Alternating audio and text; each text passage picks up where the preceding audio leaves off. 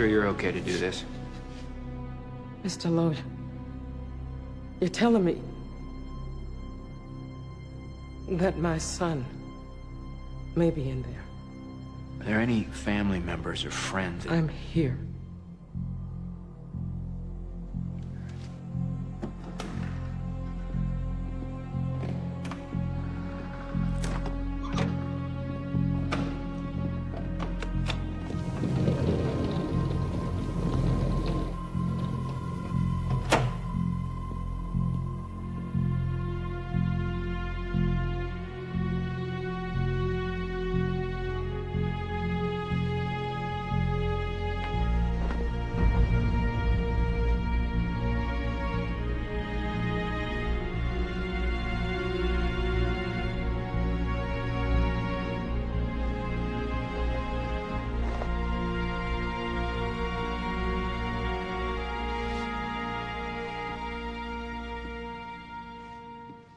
He was not in a gang.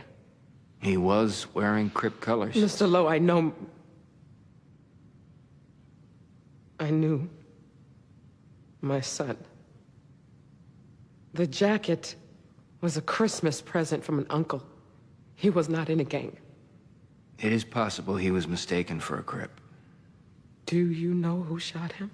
We think so, yes. Please, get this person, Mr. Lowe. I'm asking you as his mother.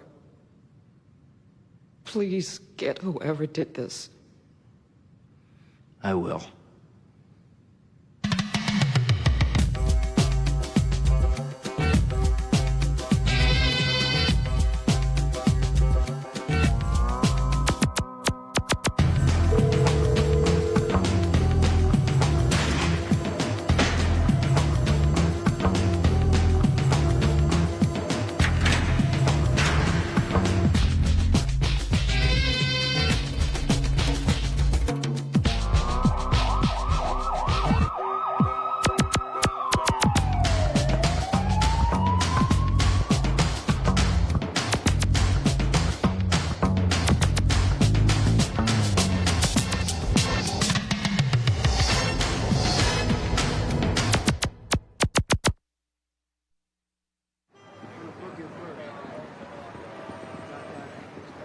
It wasn't me. I think we should just give a statement, Eleanor. That is not a good idea, Lester. But if we don't talk, they'll just think he's guilty.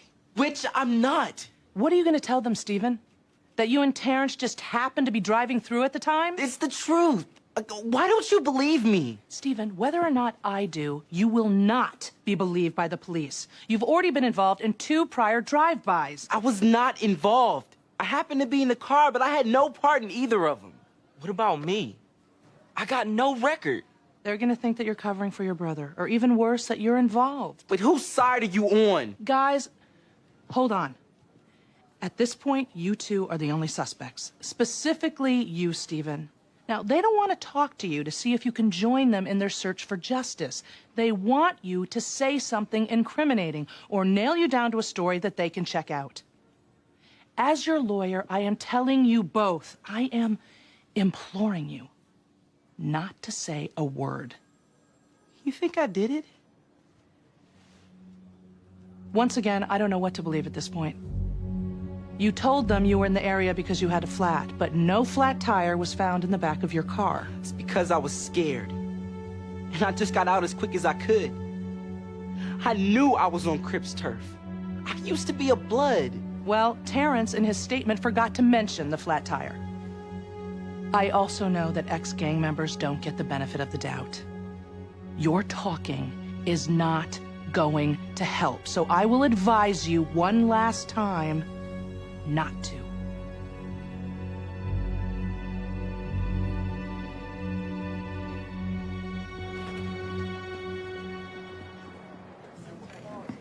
The Commonwealth versus Frank Vaughn. Breaking and entering, trespassing. Jeff Carlton for the Commonwealth. His PD's a no-show again. Ms. Dole, how delightful to see you again. I'm just filing some papers with your clerk. Step up, counselor. Take a moment. Maybe we can conference this and be done with it. I'm Lindsay Dole. I'll be representing you. I didn't do anything. I'll get a trial date set, then we can meet, and you can tell me all about... 1 second, Your Honor. This complaint doesn't even allege a criminal act. The door to the home where Mr. Vaughn was found had been open all day. He was just sitting in the doorway of an empty house. It was private property, and the lock was broken. I think we can infer the We defendant... can infer? The neighbors called the police because they knew Mr. Vaughn didn't belong there. Hello? According to the incident report, he was arrested only because the police thought maybe he was on drugs, which he wasn't, according to subsequent tests. Look, the guy is sitting there in a house. Come on, Mr. Carlton. If that's all you've got, is it? The charges against Mr. Vaughn are dismissed without prejudice. You can always refile if you get anything more. But please don't waste my time.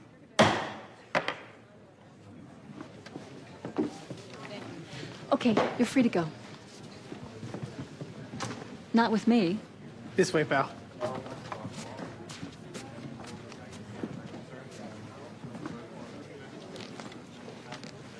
I thought you said you knew who did this.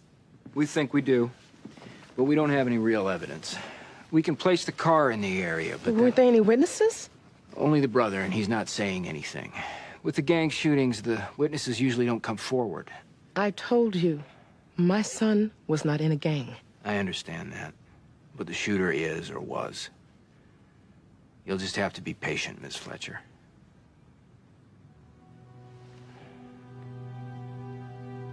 You don't think you're gonna get him, do you? It's still very early in the investigation. Do you think you'll get him, Mr. Lowe? I don't know.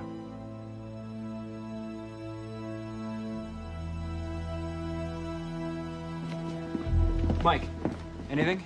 We combed the area. We haven't been able to scare up anybody who saw anything. But Stephen Miller's best friend was shot and killed by a Crip 2 weeks ago. So he had motive. Where is he now? Both are still in custody, although Eleanor Frut's all over us on that. All right. Release him. Wait until they get home. I'll get a warrant for Stephen. You can rearrest him there. Then you can do a protective search of the house for weapons. With any luck, you turn up the gun. Will that justify searching the whole house? He's a gang member. Other gang members with weapons could be present. Just do it.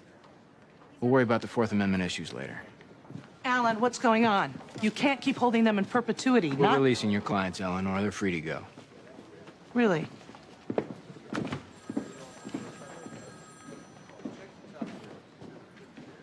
What do you mean he just showed up? With Lindsay's card. What's your name, sir? Frank? I want to hire you. Well, Who is he? the court appointment I told you about. You don't need me anymore, Frank. The charges were dropped. No, I want you to help me find Andrea. I can pay you. Who's Andrea? She's my daughter. She's 3 years old. I had a baby. She's my daughter. And she's gone? Yeah. Lindsay, he's got release papers from Cedar Junction. And a bus ticket from Walpole dated November 12th. Frank, have you been in prison? Yeah. The police lied. They lied to everybody. Hey, Lucy, did you page me? Yes, you got a call from Lester Miller. Lester? Was there a message? The police are at his house.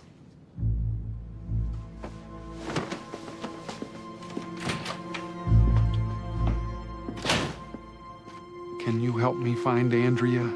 She's my daughter.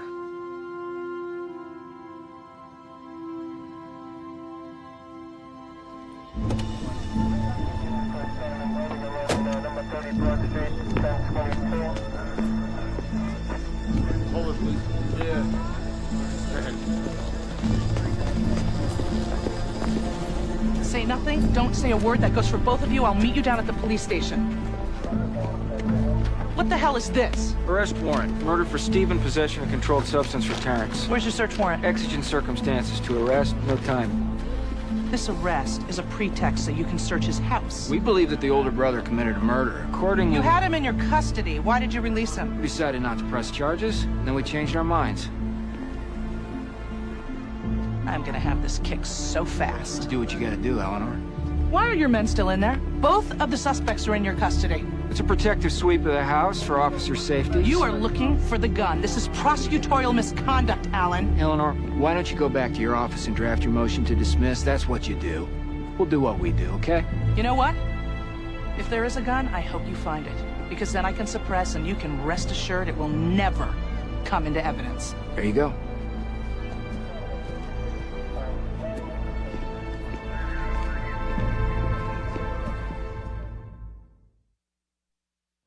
What he did was, by bringing the arrest warrant here to your house, he could arguably look through at least part of the house without a search warrant, which he probably couldn't have gotten otherwise. He was looking for the gun. But they arrested Terrence. I know, but Eleanor, Terrence has a right start scholarship. He could lose his whole education if he's busted on drugs. I'm gonna be in court at 3 o'clock. I am gonna try and get that kicked. They just think we're a gang family, don't they? We're not a gang family. We're not. Unfortunately, we didn't find anything to connect him to the murder, but we did get some leverage on the younger brother. We'll try to force him to talk. Brothers don't talk, Mr. Lowe. We're doing everything we can. I wish I could believe that. See those children? In addition to now not having an older brother, they don't have a father.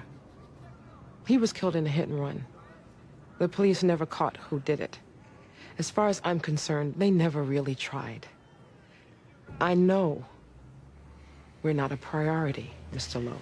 Miss Fletcher, I give you my word. I will do whatever I can.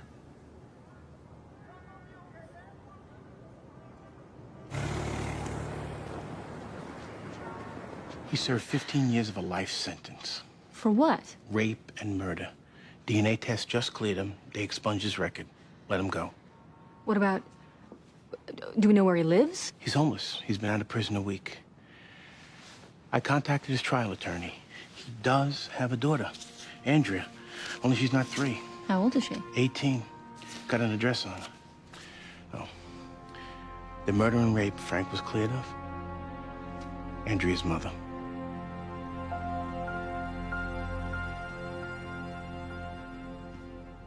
If he had enough evidence to get a search warrant, why didn't he do so while the suspect was still in custody? As I explained to Miss Frutt, we first declined to press charges and then thought better of that decision. Yes, choosing to rearrest him at home where you could conveniently but illegally conduct a search. Your characterization, not mine. Mr. Lowe, why'd you suddenly change your mind after the suspect was released? I first thought we'd wait to collect more evidence, Your Honor.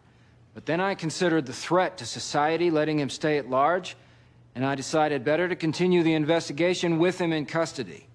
And what exactly is your evidence that Stephen Miller committed murder? There's motive.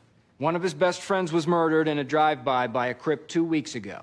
And there's an M.O. Stephen Miller himself is implicated in 2 previous drive-by shootings for which he served time. 2 years as an accessory. And there's opportunity. Stephen Miller's car was seen speeding from the scene immediately after shots were heard. That's it? That's certainly enough to get an arrest warrant. I don't like it. I'll let the charges stand for now. But if you don't get anything more... Your Honor... You can bring your motion to dismiss down the road, Miss Frutt. I'll be willing to hear you. But for now, he stays in custody, no bail. As for the drug charges against Terrence Miller... There again, you can file a motion to suppress with juvenile court. I'm sure they'll hear you on Fourth Amendment grounds. But for now, those charges also stand. Terrence is released on personal recognizance. We'll conference to set up trial dates. Adjourned.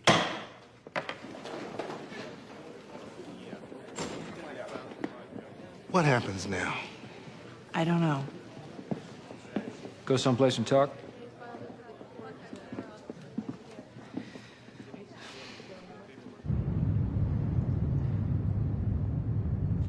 Miss Stoll, I don't even know him. He's your father. Yeah, I understand. But he went to prison when I was 3. And since I thought he killed my mother, I've spent my entire lifetime hating him. But he didn't kill her. Yes, I realize this. He can't take care of himself, you know. He's... Retarded? Yes. Are you suggesting I take care of him? You're his only family. What makes you think I can? I don't know. What's he like? He's very sweet. That's all I can do. Would you like to meet him? Well, no, it'd be... No, thank you. If he testifies against the older brother, we'll drop the drug charges. How very big of you. And all the accessory charges for the murder itself. Alan, you don't have a case against Stephen Miller, and you know it. Eleanor, you have a conflict here. I've advised my clients of the conflict, thank you. Mr. Miller, you live within 2 blocks of a school. That means the drugs we found in Terrence's room, that's possession with intent in a school zone. Mandatory 2 years. For half an ounce of pot. He will lose his Right Start scholarship, guaranteed. Your son has a future. Is it worth sacrificing? I'm shutting this down. We got a bad kid here, and we got a good kid. You were letting the bad kid take the good kid down. Neither of them are going down. Your search was bogus, and I will have this arrest tossed within the week. I don't think you will. Let's go, Lester.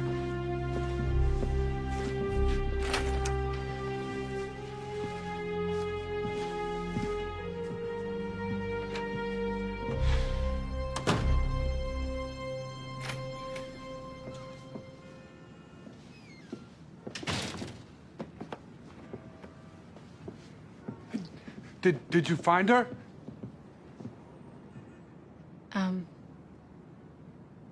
No, I didn't, Frank. I'm not sure I will. Well, maybe you could put an ad in the paper. Let me think about that, okay?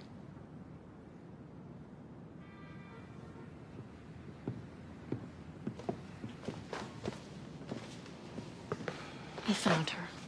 She doesn't want him in her life. What are you gonna do? He can't stay here. He stayed in his shelter last night and got bullied. Lindsay, he can't stay here. I'm gonna talk to Helen. Why? I don't know, maybe there's some kind of restitution program we're unaware of. I can give you the answer to that. You don't need to go to Helen. I'm gonna go to Helen. I don't know what to tell you. If this were a rich white kid who'd been shot, we would have triple the resources. Because this is gang violence, and we got a poor black victim. Well, I'm not sure that's the case, Alan, but I'll tell you this. If Stephen Miller took out a 14-year-old Crip, he should be thanking you for the arrest. Because out on the street... Helen, you got a second? Do I, Alan? Yeah, thanks. You know anything about the Frank Vaughn case? Just cleared through DNA. What about it? Would you know why he wasn't released into a managed care facility? Well, from what I understand, he was never officially labeled mentally retarded. Without that, the DOC has no obligation. What about the fact that he was wrongfully incarcerated for 15 years? I would think that would trigger some legal obligation. I'd think it too, but in Massachusetts, it's not the case.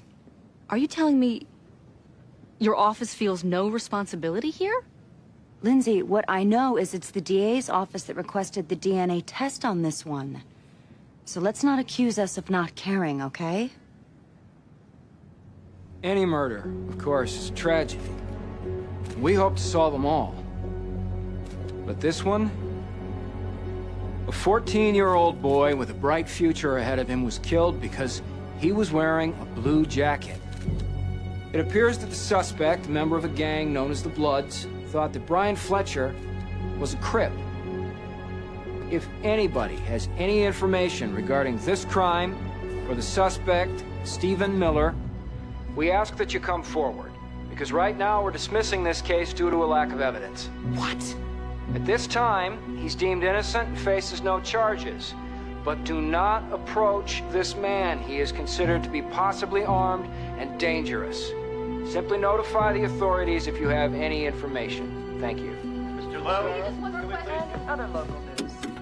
Did he just do what I think he did? We pulled some tactics, but that there was nasty. How'd you make out? It didn't. There's no automatic restitution required in the Commonwealth, at least not without a hard-to-win lawsuit. How about appealing to her conscience? Helen's? Talk about your small targets. Evidently, the district attorney's office is feeling quite good about itself since they requested the DNA test. I wasn't in much of a position to guilt them. What do you mean they requested a DNA test? That's what Helen told me. Well, why would the DA's office ever do that on their own accord? Did you ask Helen that? No. I would. Lindsay, look. I found another picture of her in my wallet. It was in a secret place. I forgot. Frank, Andrea doesn't look like this anymore. She's all grown up now. I know, but won't this help? I bet she still smiles like that.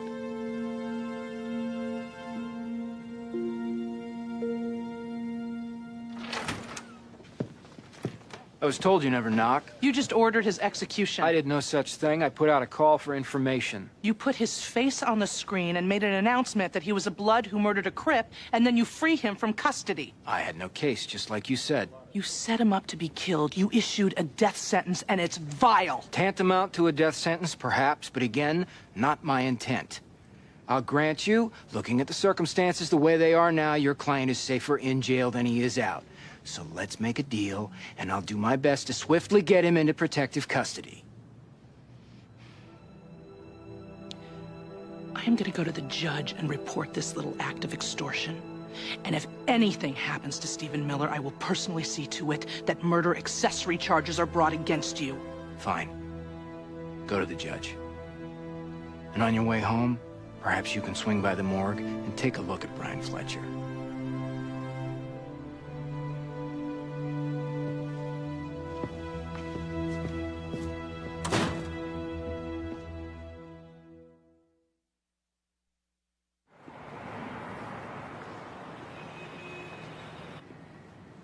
Bingo.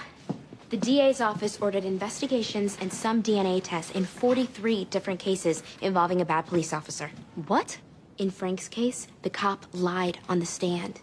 And he allegedly corrupted an eyewitness whose husband was in jail. Whose husband? A prosecution witness. I mean, basically, this rogue cop coerced witnesses into lying. All his cases are under review. Bobby, I'd like to bring a civil rights action against the state. Lindsay. Have you seen those homeless shelters? Frank deserves to get some money. False imprisonment for 15 years? That'll take years in discovery. Even if you survive a summary judgment... I have to be able to get something. Rebecca, could you start filing the complaint for me? Sure. Look, Lindsay... Let me spend 1 day on it. 1 day. He's trying to coerce my client with the threat of death. Mr. Lowe? Ms. Frutt's client is a gang member. Ex-gang His member. car was seen speeding from the scene. I was putting out a call for information, which I am entitled to do. You declared him a killer on television. I called him the suspect. Mr. Lowe, you're beginning to get a reputation. Great. Maybe the defense lawyers will be more inclined to plea bargain. No, it's not great. Your reputation is anything but great. But, Miss Frutt, technically he hasn't stepped outside of the boundaries here. I would like the court to put my client into protective custody. That's a DA's call, and I'm not asking for that. To remove the coercion, I need my client safe. Your Honor, if we're going to put every suspect into protective custody... How about just the ones who have televised bounties on their head? I'm not putting him in protective custody, counsel. Why not? Because you haven't shown me any tangible threat. When you get one, let me know. We're talking about gangs. The first warning is often a bullet. To the head. If you get a threat, bring it to me. Until then, I can't do anything. Why do you need me? I don't technically, but, well, you know, you might have a claim too, Andrea. You lost your father. They took him from you. He's not my dad. He's my biological father. And how does it help him if I sue? You don't have to sue, but if I had you on board as a witness... A witness to what? To what he lost.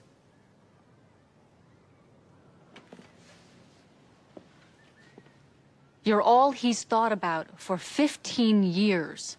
I don't need this. I'm sorry. I'm here because of what he needs. I'm gonna have to ask you to leave now.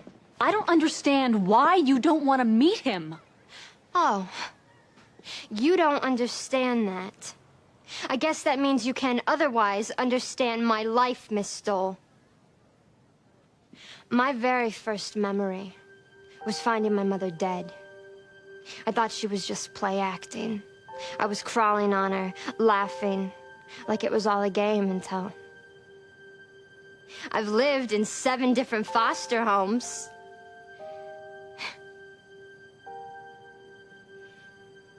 I'm sorry you don't understand things.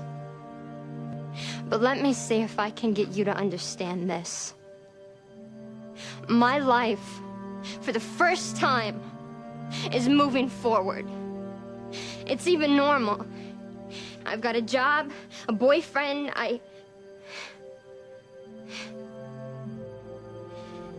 You are in here asking me to go backwards to a place.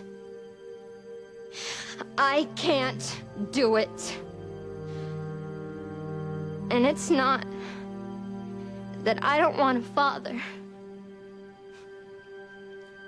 I've wanted nothing more.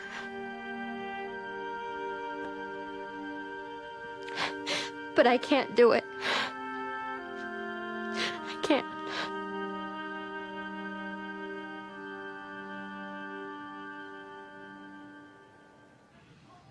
I don't know what else to tell you.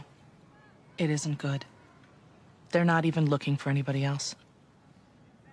I've never put the question to you before, Lester.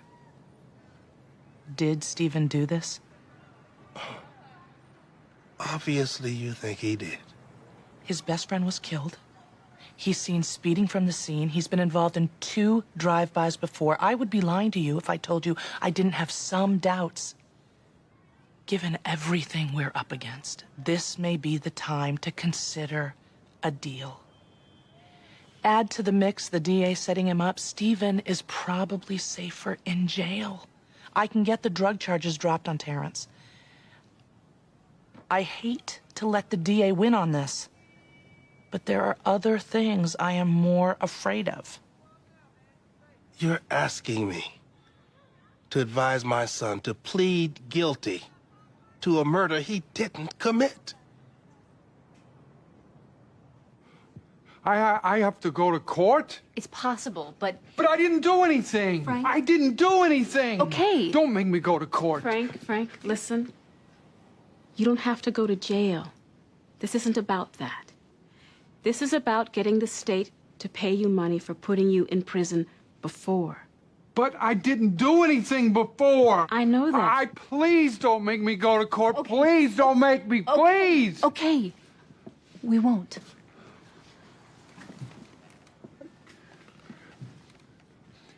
They think I killed her, you know? No, they don't think that anymore. Everybody knows you didn't do anything wrong. Does Andrea know?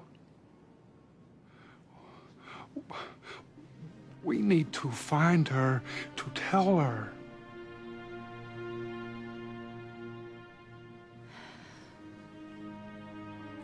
I did find her, Frank. You did?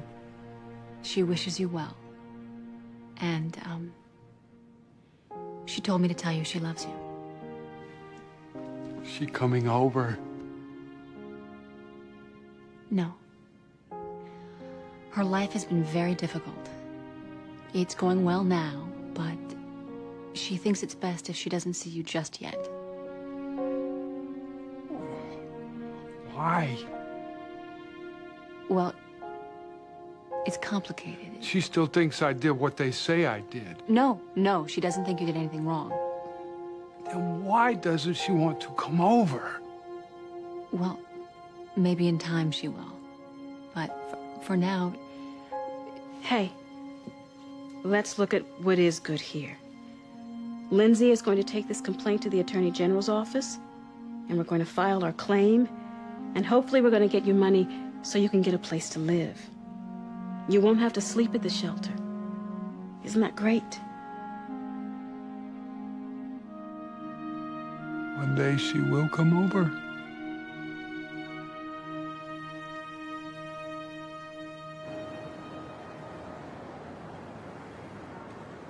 I don't need a lecture, Helen. I think you do. Least of all from you. The way you are behaving, your opinion doesn't much matter to me. Well, nor yours to me. So fine, but considering mine reflects an office consensus, you might want to listen for the fun of it. Look, you've gone too far. Busting the younger brother for leverage, calling a press conference for the purpose of creating a death threat. I made a promise to Brian Fletcher's mother This that isn't about keeping promises. You've never played hardball before. Nor is this hardball. It goes beyond that. Ellen, you came to me asking for advice. Now I am giving it to you. Your integrity is at stake. The integrity of this office is at stake.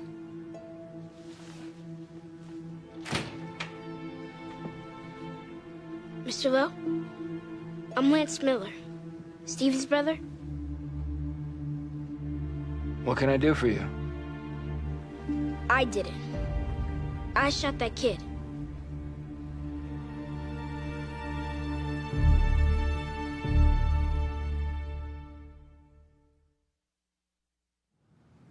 I have a friend.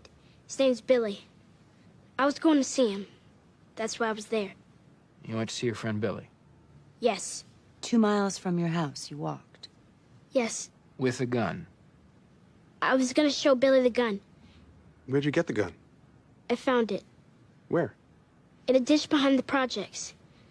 So I was gonna show Billy. And that kid. He started punking me. The Fletcher boy? Yeah. He was gonna beat me up and stuff. And I got scared. So I shot him. What kind of gun was it, Lance? A handgun. What's going on?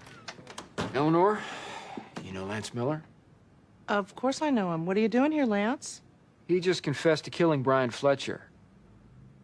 Excuse me? That's why we called you. Give me just a second. Lance, will you come with me?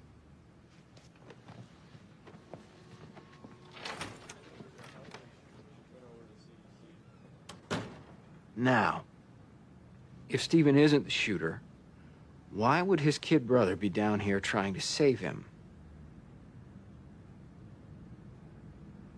I'm not defending the policeman. I'm just saying we don't know for sure he lied in Frank Vaughn's case.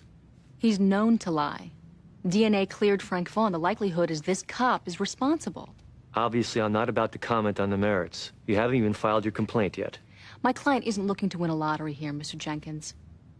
All I'm asking for is to make sure he's taken care of. I want to establish a trust. I want temporary housing in a private group home. I don't have authority to do that. You have the authority to make the recommendation. Look, the liability on this isn't in question here. We both know it. Frank Vaughn is mentally handicapped. I'm just asking that we not drag this out. I'm giving you the chance to settle this quickly and cheaply. I know you don't want this in the hands of a jury. Let's just do something here.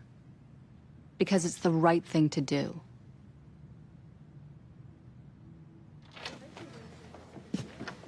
All right. He didn't shoot the Fletcher boy. He decided to confess to it since... Look, he figured since he was 10, the punishment would be less for him than Stephen. Well, that's very astute, Eleanor. Whose idea was it? He says it was his, and I believe him, Helen. Lester would have never sent down his 10-year-old to fall in a grenade. Well, then why would he was just convinced that Stephen was going to get arrested for it. He's scared, Helen. That's all. His father's home crying. He's got 2 brothers. He just got scared. Where is he now? He's right outside. Could you bring him in, please?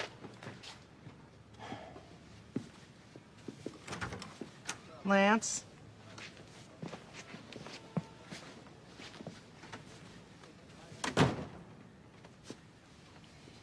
Michael, place the boy under arrest for murder, please, and transport him to juvenile court. What? Read him his rights. For God's sake, you know he made it all up. You tell Mr. Miller that if he has any information on this crime, he should come forward. Otherwise, his 10-year-old will be indicted as a youthful offender. First of all, any confession you got, he's 10 years old without counsel That present. confession is not custodial. He just walked in and announced that he did it. State of mind. You can try to suppress it if you want, Eleanor, but he will be indicted. Read him his rights, Detective. Detective. Lance Miller, you're under arrest for the murder of Brian Fletcher. You have the right to remain silent. Anything you say can and will be used against you in a court of law. You have the right to an attorney. If you cannot afford one will be appointed to you.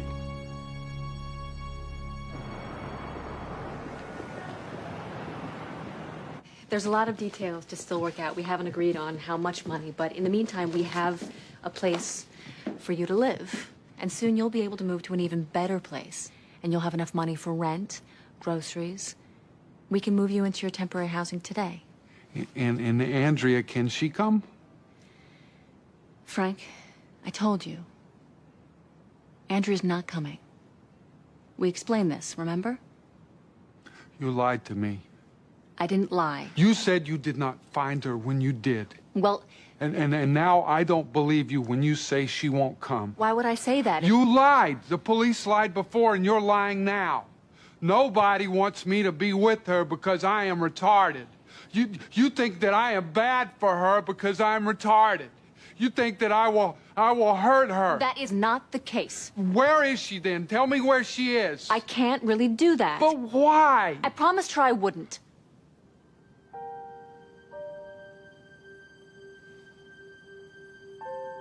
This is just too painful for her, Frank. She needs time to adjust. The only thing that I ever did was make a baby. A beautiful, beautiful baby. Why can't I be with her? Maybe in time. Let's get you to your new home, okay? I really think you're gonna like it. Okay. Don't tell me this isn't your case, Helen. You've seen enough firsthand to step in. I can't just step in, even if... He's using this to turn the screw, and as an officer of the court, you have an obligation to report him. For what? Bad faith. Even Richard Bay wouldn't have pulled this kind of crap. You have to step in. Eleanor Frutt. What? When? Stephen Miller was just stabbed. He's in surgery at Brigham's.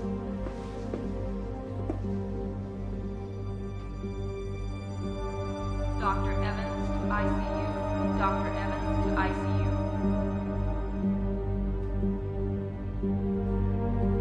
On-call cardiologist 3148. On-call cardiologist 3148.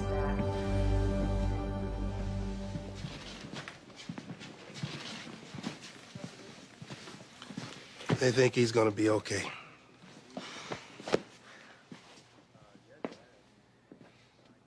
Was it a retaliation hit? No. It was one of the Bloods. The gang he used to be in. I don't understand. His name is Leonard Stewart. He's also the one who shot the Fletcher boy, Mr. Lowe. He evidently thought that Stephen would eventually find out that it was him, and that Stephen would turn him in to save himself. So he decided he tried to shut Stephen up for good.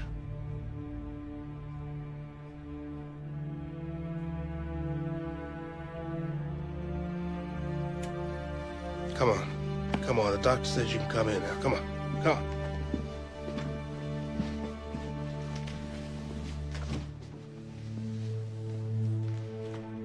Feeling pretty good, Alan? Are you? I take my cues from defense attorneys, Eleanor. They come to me saying one of two things. My client's innocent, or you got no case. You were telling me that I had no case.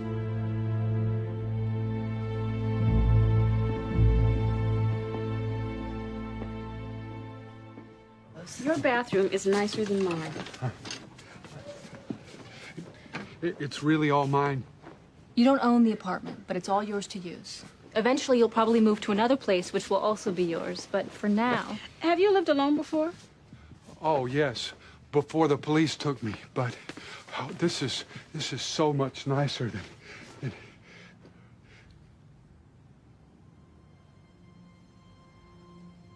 Hey, Dad.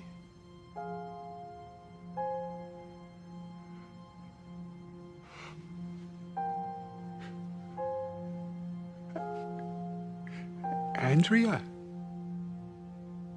How are you? I am good. How are you? I'm great. Oh, you're so beautiful. Oh, she is so beautiful. Listen.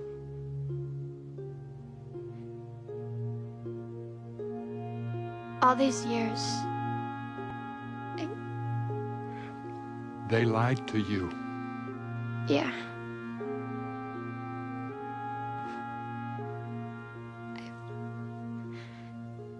I've always wanted to meet you. I have missed you so much.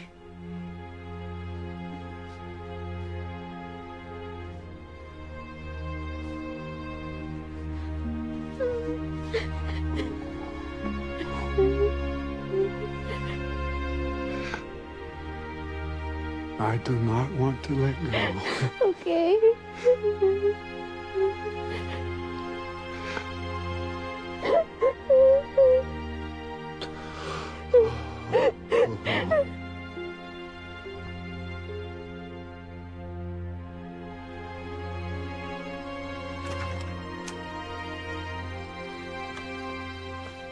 Miss Fletcher.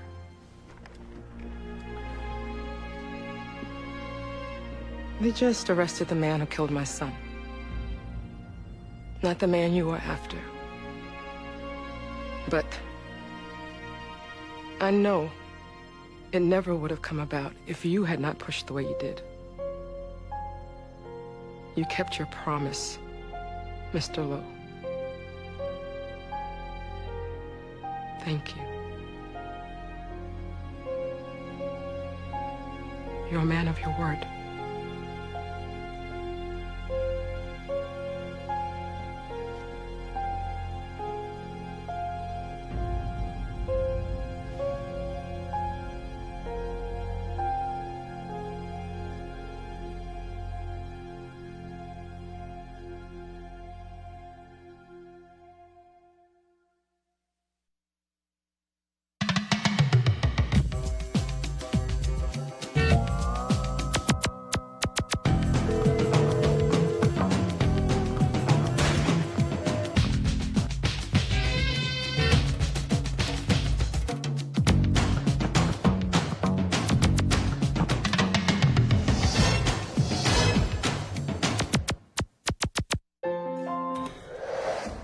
You stinker!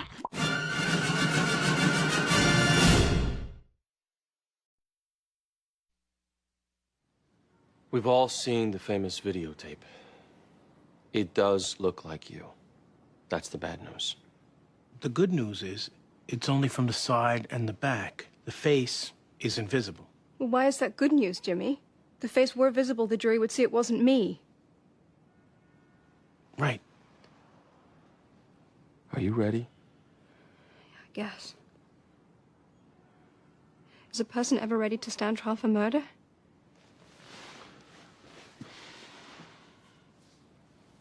We're going to get through this. I know. I'm okay. You sure? Yeah. Now go home. Get a good night's sleep if you can. Tomorrow it starts. Thank you, Bobby.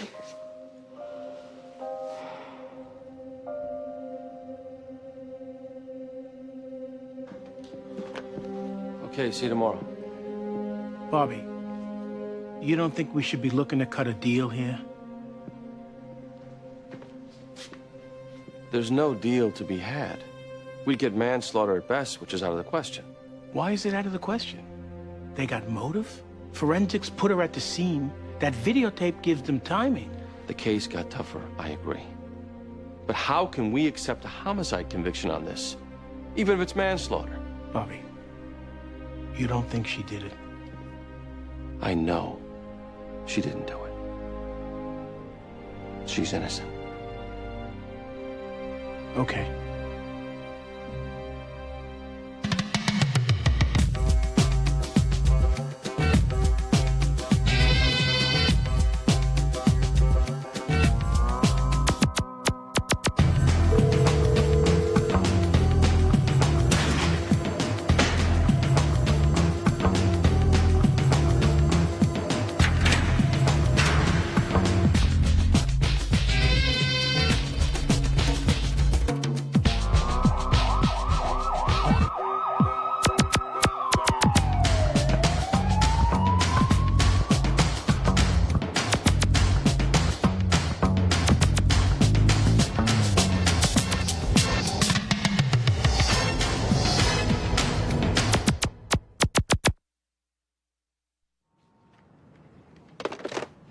There's evidently some press out front, but they've agreed to let you come in through the back. I think it's best we do that.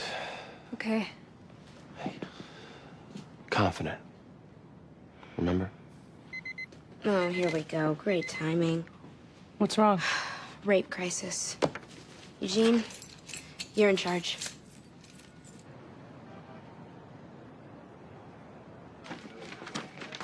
Lucy Hatcher, rape crisis. Through that door. Dr. Meisner to CCU.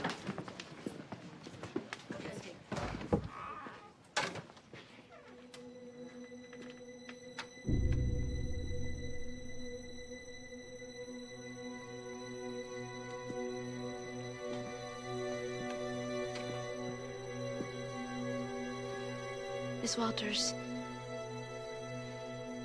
I'm Lucy Hatcher from Rape Crisis. Thank you for coming. I'll just explain to you some of the procedures.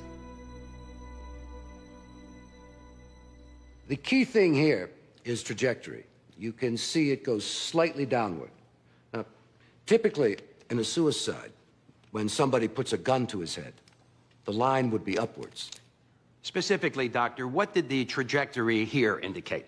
That somebody was standing over him and shot him point blank, from slightly behind, which would also account for why he fell forward. Typically, contact wounds to the head are more times than not suicides. That is correct, but... Thank you, Doctor. And Doctor, can you state to a medical certainty this was not a suicide? We can't rule it out to a medical certainty. Thank you, Doctor. And as I read the coroner's incidental report, I see listed under cause of death, probable suicide. Yes, but we later concluded otherwise. Yes, and was that subsequent conclusion based strictly on autopsy findings? Or did you take into consideration other circumstantial or physical evidence supplied to you by the police? We considered other evidence as well. Thank you, Doctor.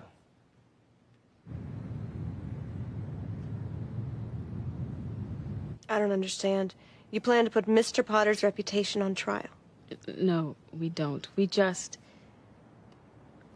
If he had an affair with Ms. Defoe, did he have any other affairs to your knowledge? Not to my knowledge. But it's not as if he would tell me. No, but as his secretary, you would know the calls he got and see who walked in his office. Well, the only person was Ms. Defoe. Hey. Hey, Helen. Sybil, this is Helen Gamble. She's a district attorney. How you doing? Well, all things considered, Philadelphia seems nice. Yeah. Well, I do have some good news. We caught the man. You did? He posed as a delivery boy. Listen, do you think you could possibly look at a police lineup? Be in a room with him? No, a separate room, and he wouldn't be able to see you. I could be right with you at all times. God, I don't know. It would only take a minute.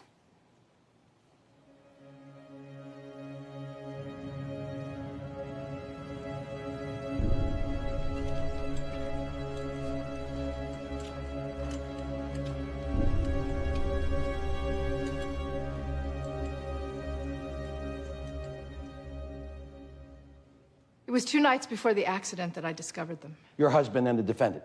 Yes. I was leaving for the weekend to visit my sister. My flight was canceled. I came back home. She was there. And what happened then, Mrs. Potter? Well, Bernard and I had a rather massive argument. 2 days later, we were still fighting. And it was during an argument while driving that the accident happened. As a result of this automobile accident, you lost the use of your legs? Yes. How did your husband react to your injury? He felt extremely guilty. Shortly after, he terminated his relationship with Ms. Defoe. Did you ever talk to her? On a couple of occasions. Could you describe her demeanor? She just seemed urgent, to the point of being frantic. So from your observation, she didn't take the breakup very well? No. Now, Mrs. Potter, the defense has speculated that your husband possibly took his own life. I can't believe he would commit suicide. On the day of his death, did he seem despondent or... I will not sit here and proclaim he was a happy man the day he died. But to the extent I can say that I did know my husband,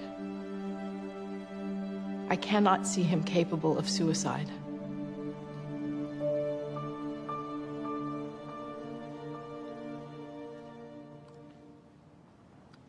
You have to cross her easy, Jimmy. Otherwise, we'll completely alienate the jury. I know. I don't think she hurt us too badly. Oops. Here's I think he's said enough. Any word from Rebecca? She's still doing interviews. I'll see if she's called in. This is how my life was supposed to have turned out. I grew up in a family where family was everything. So when people look at me like I'm a murderer, I can at least console myself with the fact that they have it wrong. When I feel the accusation of being a homewrecker, it really hurts. Because they have it right.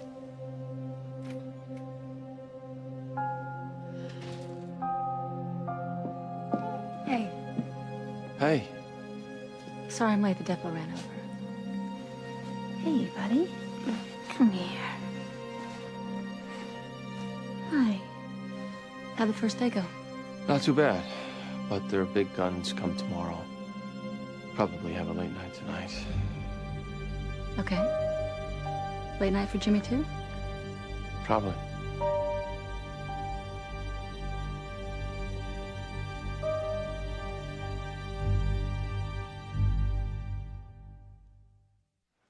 At the time of your husband's death, you testified these were not happy times. In fact, he was being treated for depression, wasn't he? Yes. And you also spoke of his guilt for both the affair and the accident. Yes. What is or was your favorite hobby? Walking. I'm told you'd often drive into the city and walk for hours. Is that correct? I wrote short stories. So walking, observing people. And you also loved it. Yes. Did your husband once say to people he wished he'd been killed in the accident? He said he'd rather he lost his life than me lose my legs, yes. But I never took it to mean he was suicidal. But he said it. He wished he'd been killed.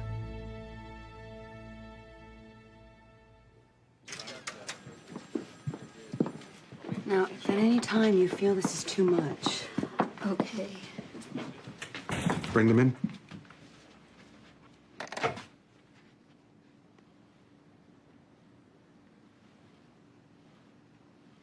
You okay? Yes. Number one, please step forward. No. Step back, number one. Number two, please step forward. No. Number two, step back. Number three, step forward.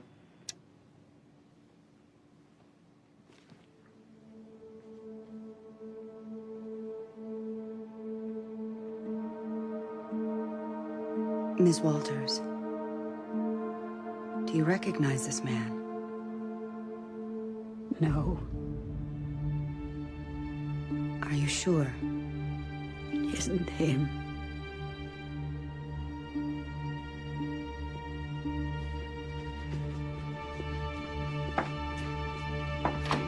I'll check her. She recognized him, Lucy. She must still be in trauma. It was probably too soon to do this. Oh, maybe, but here's our problem. The rape kit didn't give us anything. He was likely wearing a condom, which we've yet to find.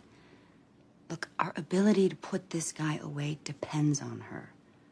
Without the ID, I can't even file. You didn't find any forensic evidence? We found 3 hairs in the victim's office, all belonging to the defendant. Now, the defendant certainly admits to being in that office in the past. The cleaning crew informed us that the floors are vacuumed every single night. Which led you to conclude? Ms. Defoe was there that night. Any other evidence pointing to that? Telephone records showed that Mr. Potter placed a call to her 40 minutes prior to the murder. Then, of course, the videotape. That's the clearest image we have. This was taken when? 3 minutes after the gunshot was heard. Now, Detective, is there any footage of this person going into the stairwell? No. Our theory is she probably went up in the elevator. So you think it's likely that this person went up the elevator and down the stairwell? Correct. Detective, are you able to tell from this video how tall this person is? Yes. Breaking it down to scale, we determined this person is 5 feet 4 inches tall. How tall is the defendant, if you know? 5 feet 4 inches tall. The 2 weeks before, she would come in unannounced, demand to see Mr. Potter. She'd also call a lot. Could you describe Katie Defoe's demeanor during these visits? She was upset. She seemed hurt.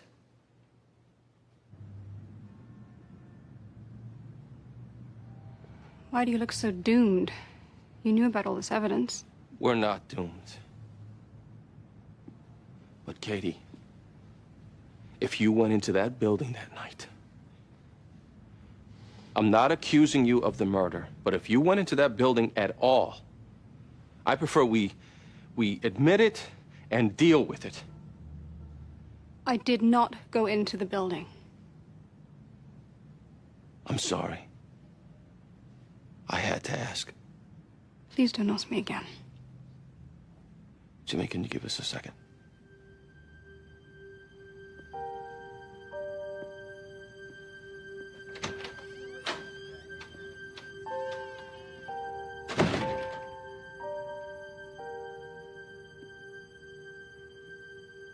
I think I need to explain. Over the last few months,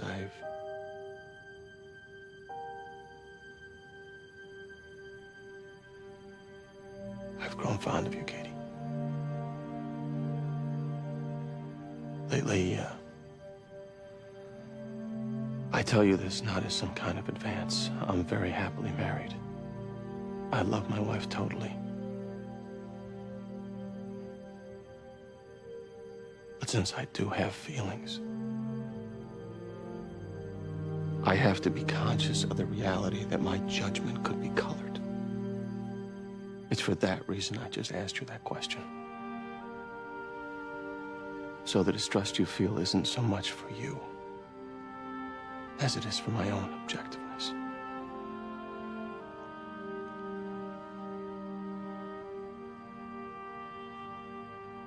Do I need to get a different lawyer?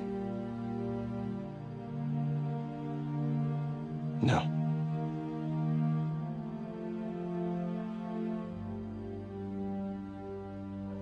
When I saw him,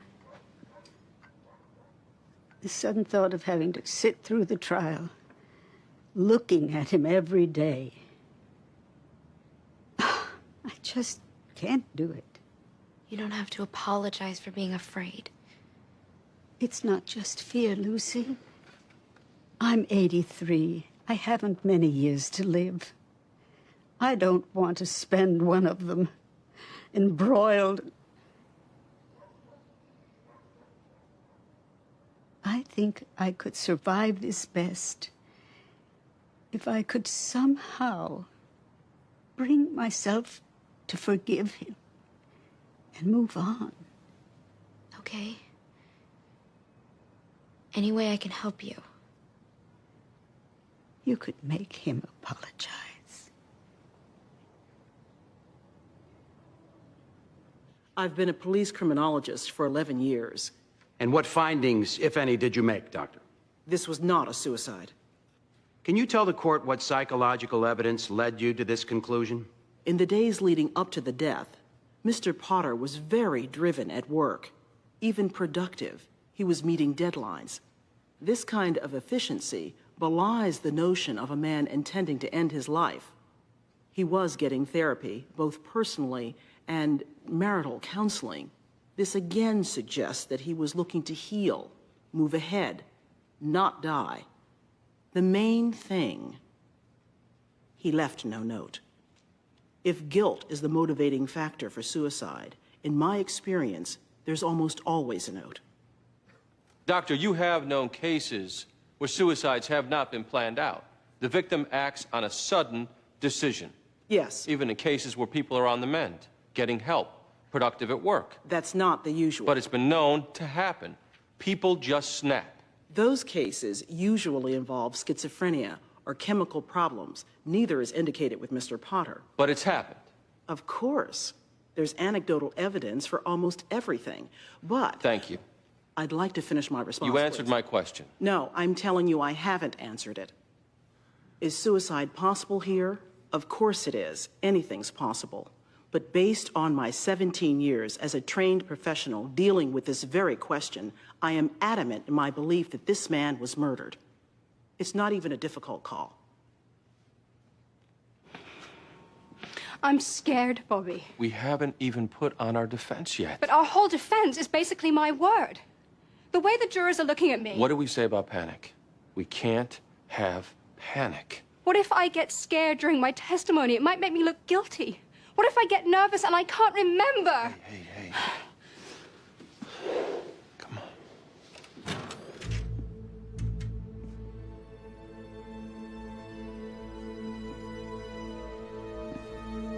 on. Jimmy, tell Rebecca to revisit Potter's therapist. Remind him privilege doesn't survive his patient's death. I think she did that. Tell her to try harder. This man was treating the guy for depression. He's bound to have something we can use. If he doesn't agree, slap him with a summons. I want him in that chair. Okay.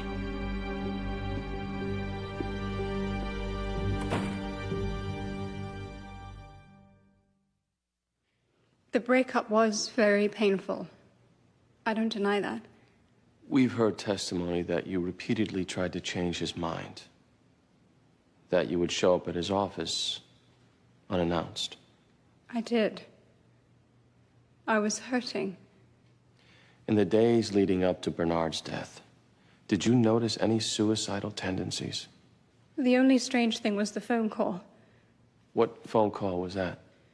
About 40 minutes prior to his death, he telephoned me.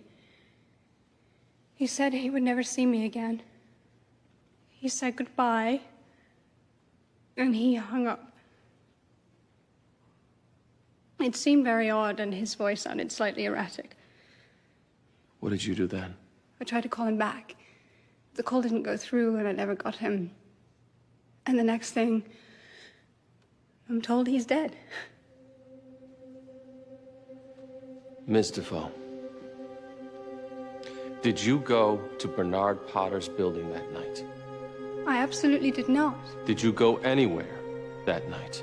No, I stayed at home. You're sitting in this courtroom today, accused of murder. I committed adultery with Bernard Potter, for which I'm very much ashamed. And as I said, I feel guilty. And I take responsibility for what happened to his wife, but I didn't kill him. I could never be capable of such a crime with anyone, especially someone that I loved.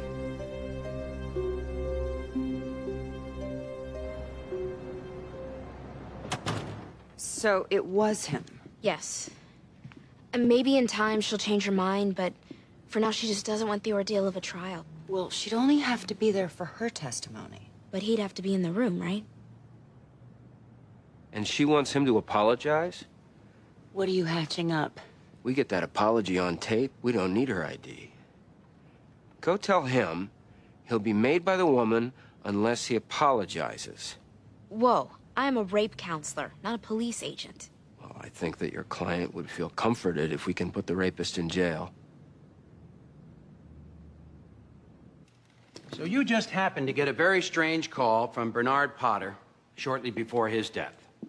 Never going to see you again. Goodbye. Yes, And you tried to call him back. several times. Why are there no phone records of any such return calls? Because the message center picks up after the 6th call, and I typically hang up after 5. I see. Ever take a lesson in how to shoot a gun? Yes, When? about a month before Bernard Potter's death. Just thought it might be wise to know how to shoot a gun. A lot of women look into personal protection, Mr. Walsh. You say that isn't you. It isn't. You've been seen wearing that type of overcoat many times, haven't you, Miss Defoe? Thousands and thousands of women in Boston wear that style of overcoat. What happened to yours? We couldn't find it. I threw it out. When? I have no idea. I buy a lot of new clothes and I throw out the old ones. Where'd you throw it out? Just in the garbage. You didn't give it to a friend or the Salvation Army? You just threw it away? Yes. There are witnesses that have seen you wearing that coat as recently as a few weeks before the shooting. I would think if you were wearing it that recently, it had to be in decent shape.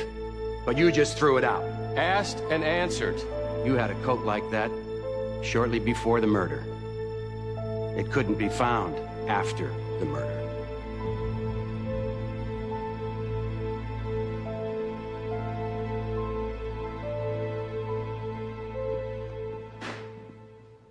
I'll say it one more time.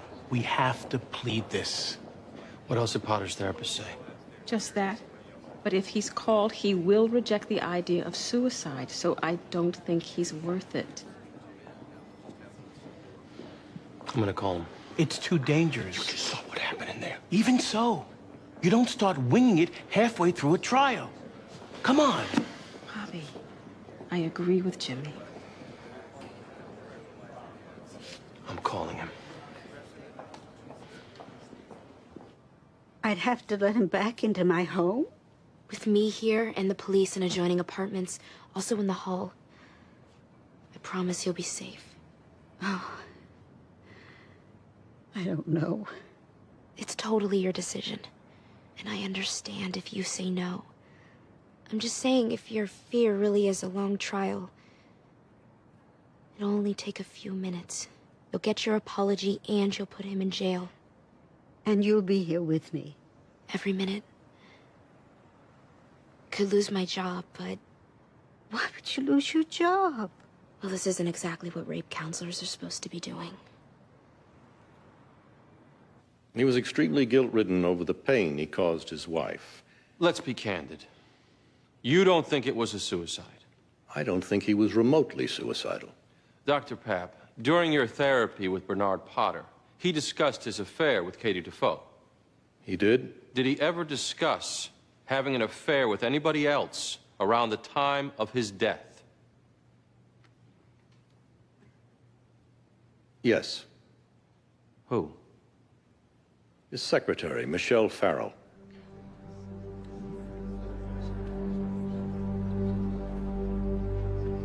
When did this affair end, if you know?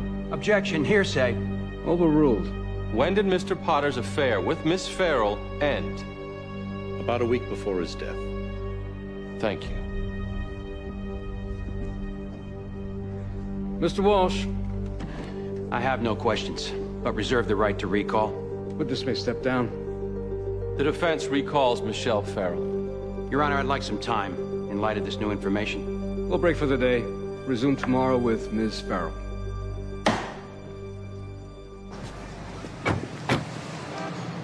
If anything happens, we'll be in 3 seconds. Okay, well, I'll be out in 3 seconds, so don't worry. Good luck.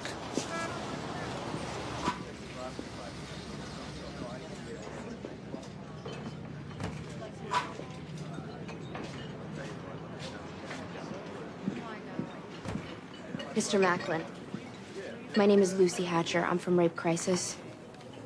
I'm the counselor for the elderly woman you raped. I don't know what you're talking about. I think you do. She made you in a police lineup yesterday. Only so far, she's keeping it to herself since as a Christian woman, she believes in forgiveness. You got lucky. But she only plans to forgive you if you repent. You know her address. Show up tomorrow at noon, tell the woman you're sorry, and be sorry. Or she goes to the police.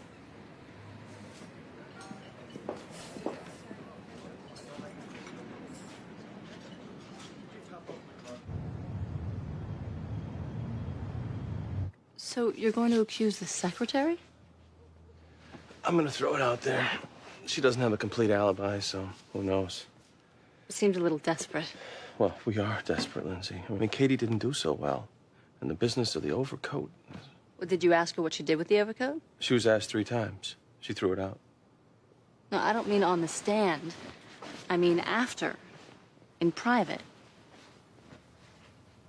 You didn't ask? I believe she threw it out. What?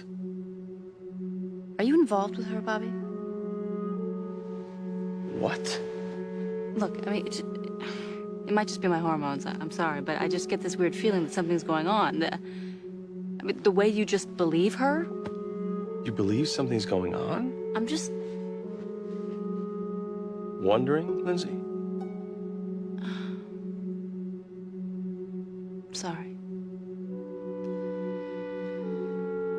You know me better than that. I know. I'm just... Maybe I'm just fried. Night.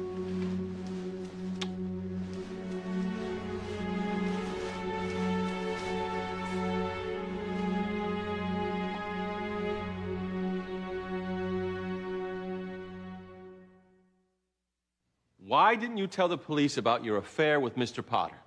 It wasn't relevant. You break up with him a week before he's found dead? It wasn't relevant? No. You were asked point blank by Rebecca Washington, seated right over there, whether Mr. Potter was having any other affairs, and you answered to the best of your knowledge, no. It's my private life. Miss Farrell, did you kill your boss? Objection. You had the opportunity, the motive. How tall are you? This is ridiculous. How tall are you? I'm 5'4". Your Honor, with the court's permission, I'd like the witness to step out of the witness chair for a demonstration. I object. Miss Farrell, please step out.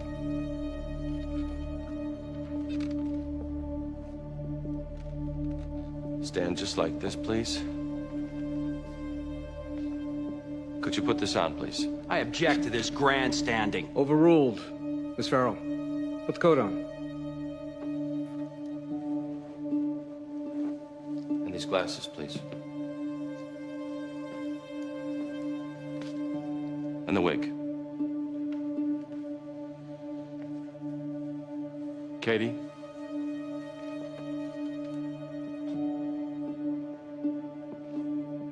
I'd like you to stand just like this.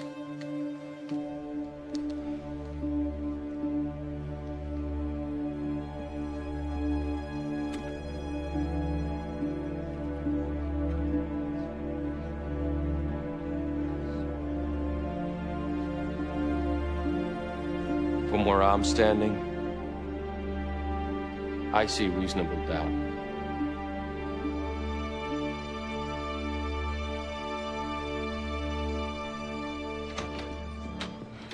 What happens now? They cross her, establish her alibi. She has one? She was at a movie and can account for most of the night, not all of it. How'd it play? Honest. A little desperate. It could blow up in your face. All I need is one juror. You and Perry Mason.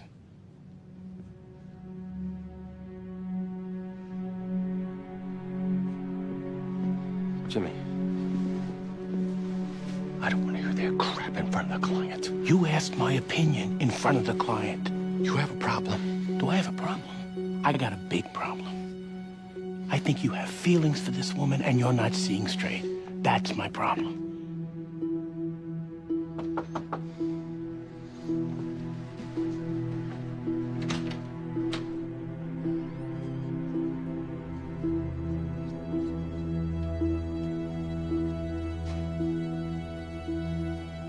Is it just a game to you, Mr. Donnell? Somebody died here. That was real.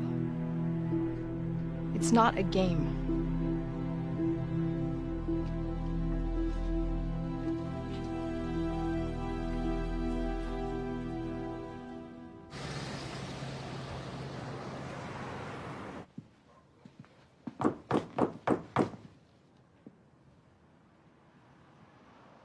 Are you sure you're ready?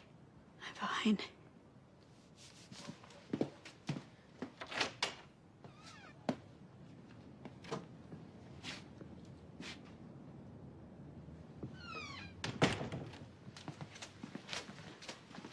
Are you okay?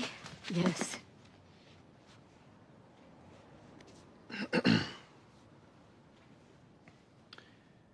Look, I know you think I did it, but I didn't do it.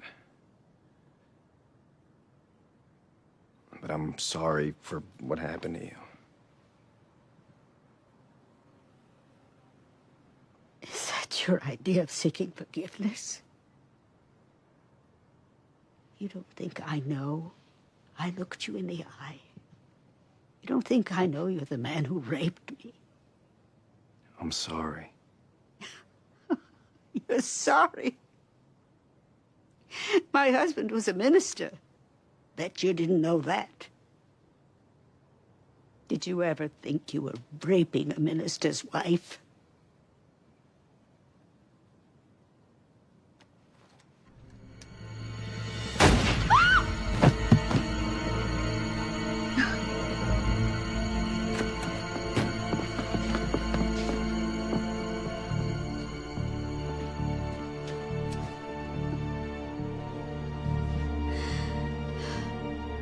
I know you would have liked to have the confession first. But I just didn't see the need for it.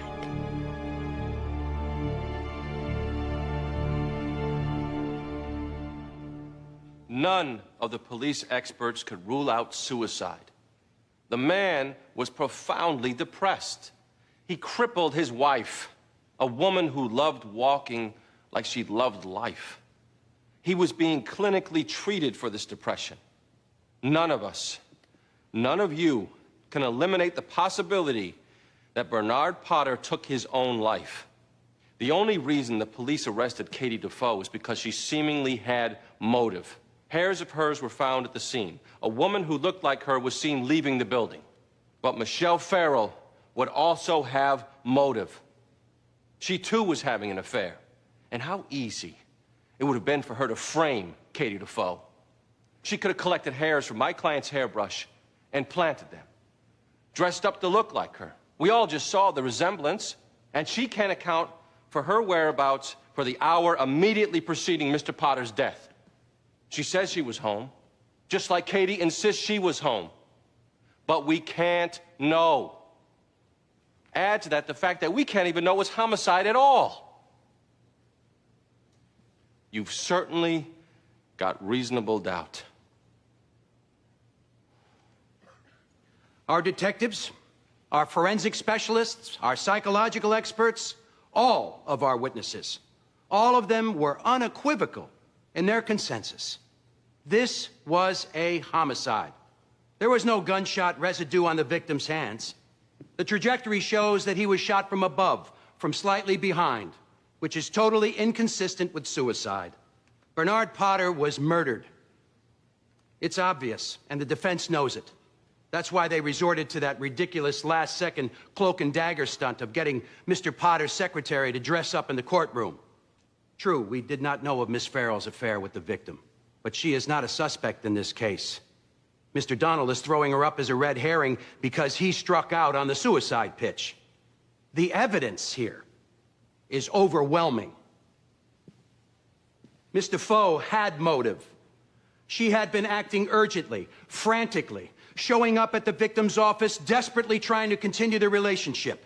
Her hair samples place her at the scene. She had an elevator access key. She knew how to get in and get out. And what of the overcoat? Where did it go? She just happened to throw it away around the time of the murder? Like she just happened to take shooting lessons 3 weeks before the murder. A woman bearing her resemblance just happens to be leaving the building 3 minutes after the shooting, wearing a coat just like one owned by the defendant, which coat just happens to get thrown away that very week. Come on. That's just a few too many coincidences. Don't you think?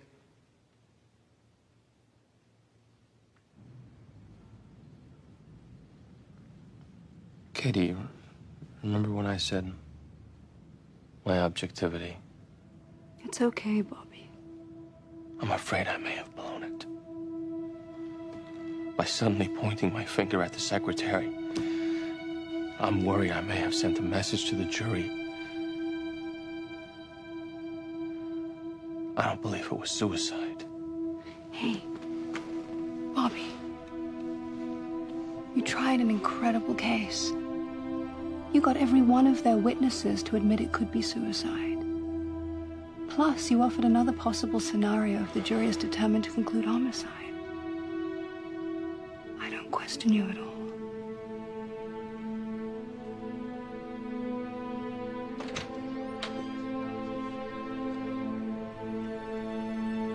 Jury's back.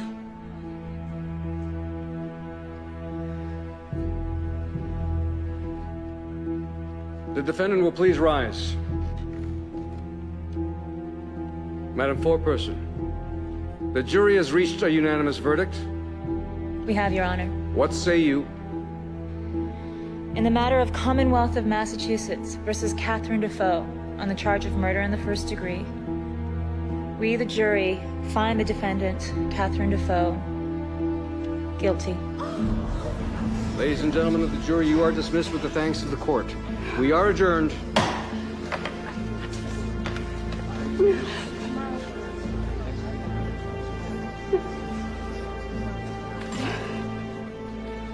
Appeal. We'll appeal.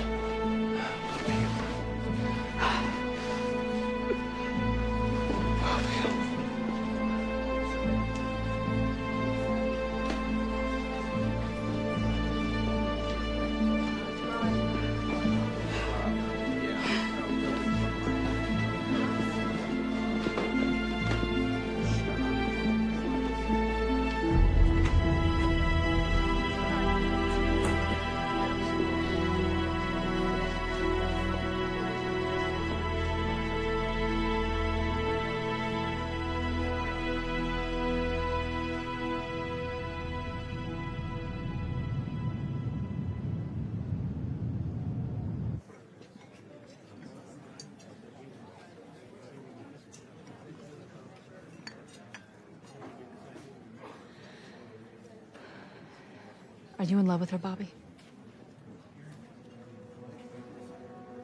I'm not accusing you of being unfaithful. I trust you completely. It's just, sometimes people fall in love whether they want to or not. I'm not in love with her.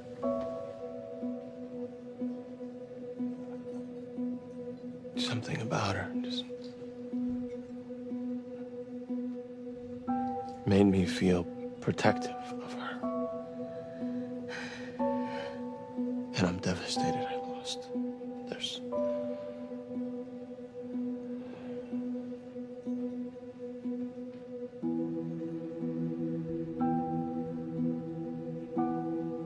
I'm in love with you.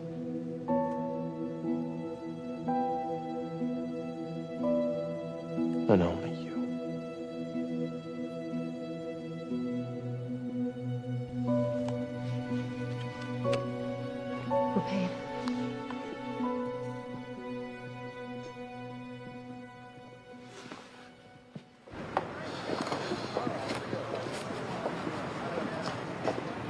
Would you be upset if I said I didn't want you handling her appeal?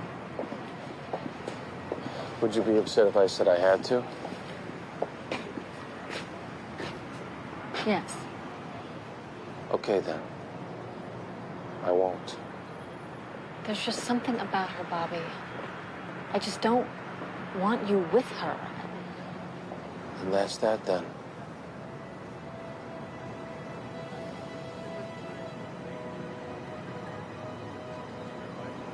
I love you. I love you too. Though I don't feel like saying it tonight. Come on, let's go home.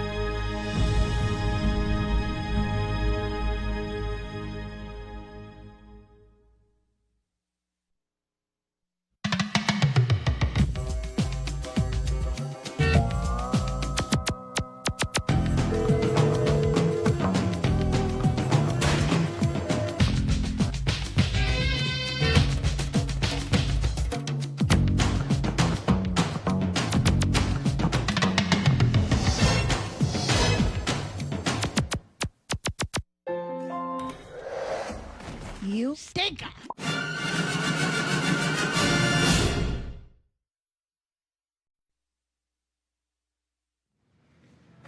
I don't understand. You've got all the evidence. He knows he killed her. What defense could he have? Honestly, I don't know. I thought insanity, but I guess they can't find a shrink willing to testify. I prayed he'd plead guilty, so this would be over.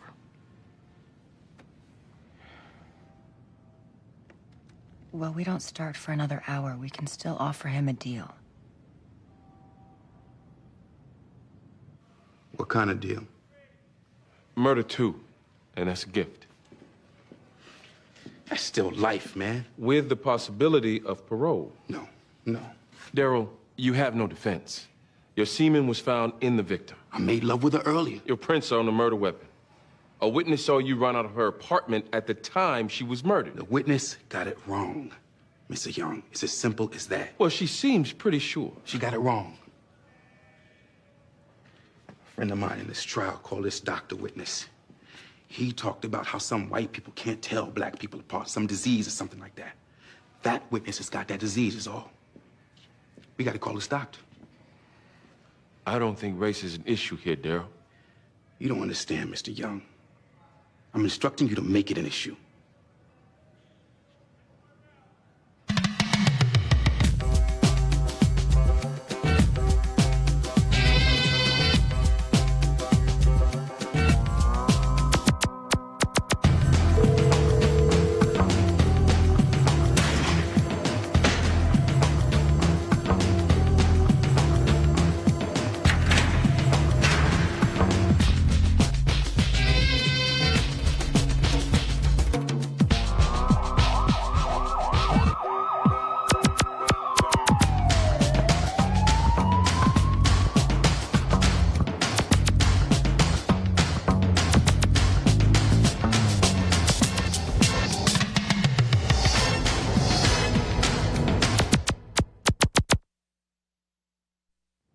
What do you mean you want out?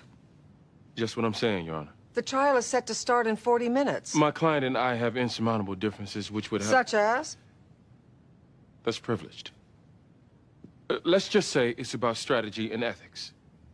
Eugene, every lawyer seems to have insurmountable differences with the court-appointed cases. I'm telling you, this one is real. You know me well enough to know that if I say it, it is real. I'm not letting you out for a strategy difference. Forget it. Your Honor, I'm asking a favor here. I can't let you out. Not now.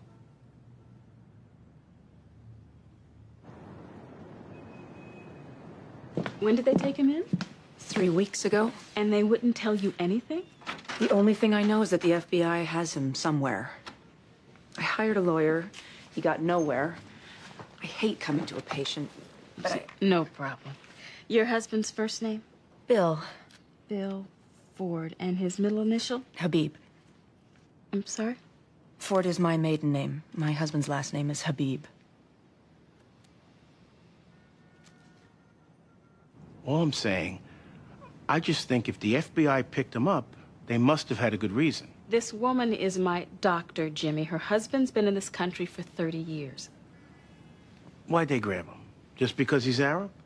He's Arab American, and we don't know why they grabbed him. They're not telling us.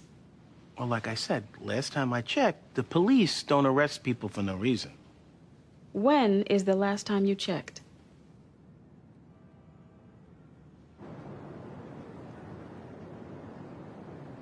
Linda McLaughlin was the first person in her family to go to college. These are her parents. The evidence will show that on November 19th of last year, their daughter Linda walked out of the campus grocery store and was accosted by the defendant, Daryl Johnson, a homeless man who panhandles in the area. Daryl followed Linda home, raped her, then beat her to death. After we prove it, I will ask you to find Daryl Johnson guilty of murder in the first degree.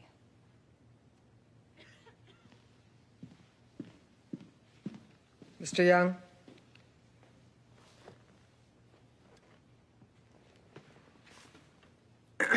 Mr. Young?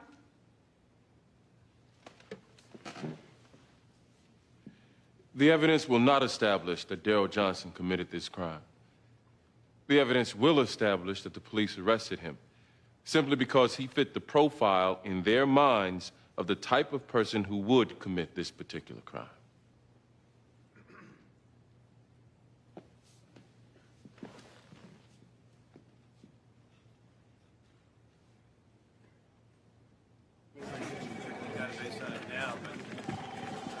I'm Special Agent Charles Renford. Sorry for the delay. Oh, no problem. I assume you guys are pretty busy right now. What can I do for you? I've been trying to talk to these two agents about Bill Habib, and These agents got pulled onto details overseas. They are not available. Okay. Can you tell me anything? I'm sorry, I can't. Is that because you don't know or because you won't say? Agent Renford, I am formally requesting you let me see my client. I'm afraid you can't. What do you mean? I'm his lawyer. You can't see him, Miss Washington. That's all I can say. Are you familiar with the concept of due process, Agent Renford?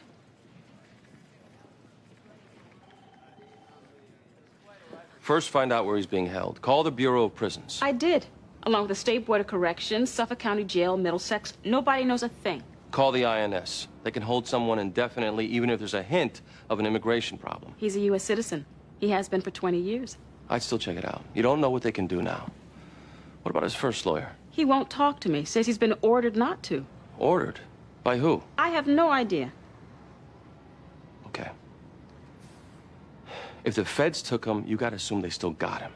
File a federal habeas, make them produce his body at least. The girl had just walked out of the market when he walked up to her. This girl. Yes. Mr. Banks, had you ever seen the defendant before? He's a street guy. Carries your bags for change. Sometimes he can get aggressive. Objection. Sustained. The jury will disregard. Just tell us what you saw that day. He tried to carry her shopping bags.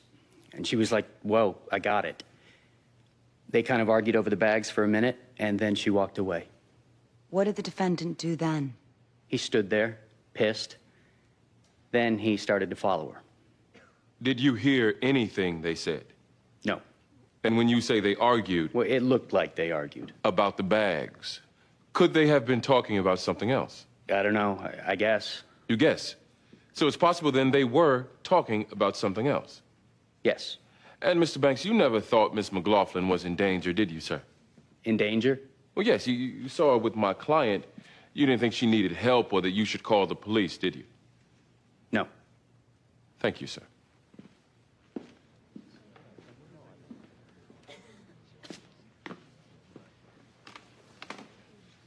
That's it?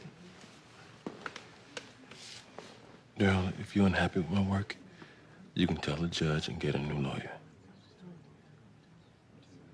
You're the right lawyer for this, Mr. Young. I'm sure about that.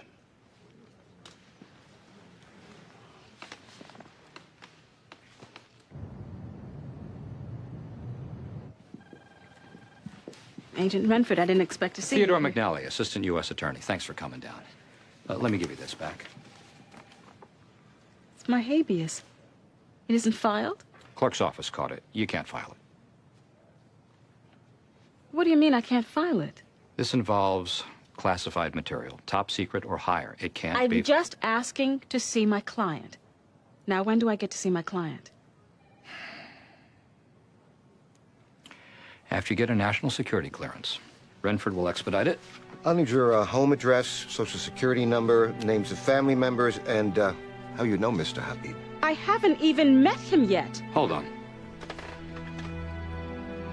I need to warn you, anything you say can and will be used against you and your client. Use against me? What are you talking? This case involves national security. You want to defend Habib? You need a clearance. To get it, you got to go through us, answer our questions. If you lie to us, it's perjury. Plus, everything we tell you is privileged. If you divulge any of it to anyone, you'll be prosecuted. And what if I don't want a security clearance? What if I object? It's a violation of my rights. Then Mr. Habib gets no lawyer.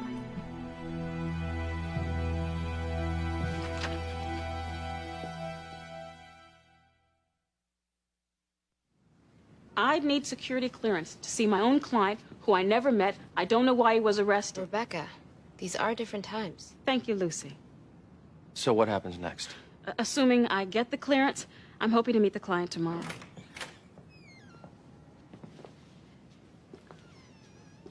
I haven't found him yet. So we're off to federal court.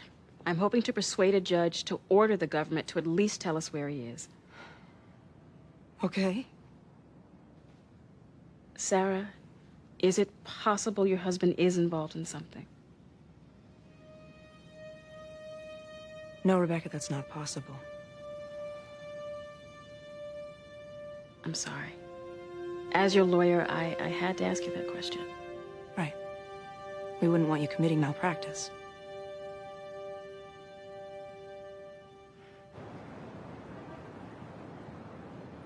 Numerous skull fractures, massive and fatal head trauma. What caused these injuries, Detective? A table lamp was found near the body, covered with blood and portions of her scalp. It was determined to be the murder weapon. Were any fingerprints on the lamp? The defendant's fingerprints were found on both the lamp and the victim. Detective, what other evidence did you find? A rape examination revealed the presence of semen. We did a DNA test. It matched the defendant. Thank you. Mr. Young? Did you find bruising? We found bludgeoning. That wasn't my question. Did you find bruising in the vaginal area? We didn't find that. How about tearing? No. Did you find defensive wounds on the victim's hands or arms, skin under her fingernails? No. Detective, can you rule out the possibility of consensual sex here? Objection. Overruled. Doesn't sound like she was fighting, does it? This could have been consensual. Sidebar, Your Honor. Quickly.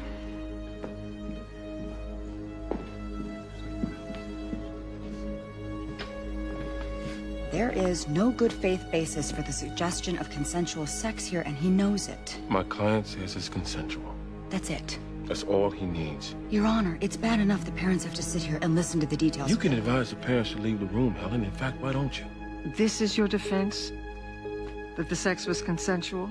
This is his defense, Your Honor, and you can take me off whenever you please. Assuming that Mr. Young does in fact have a good faith basis for the question, I'll allow it. Your Honor. He's entitled to put on a defense counsel. But tread lightly, Eugene. Now step back.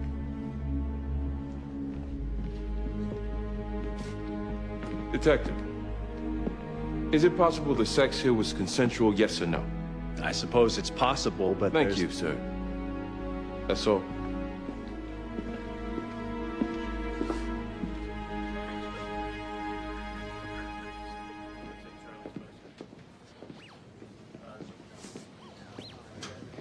Sorry, ma'am, no bags inside. Well, can I get a piece of paper and a pen? No, ma'am, no writing materials. Sorry, ma'am. What's wrong? Closed courtroom, only the lawyers. This is the man's wife. Orders of the court, ma'am, no visitors. Please, he's my husband. I haven't seen him in Ma'am, weeks. I'm sorry. You're just following orders, right? Okay, I'm sorry. I understand. Go ahead, Rebecca. Just please tell Bill I'm out here.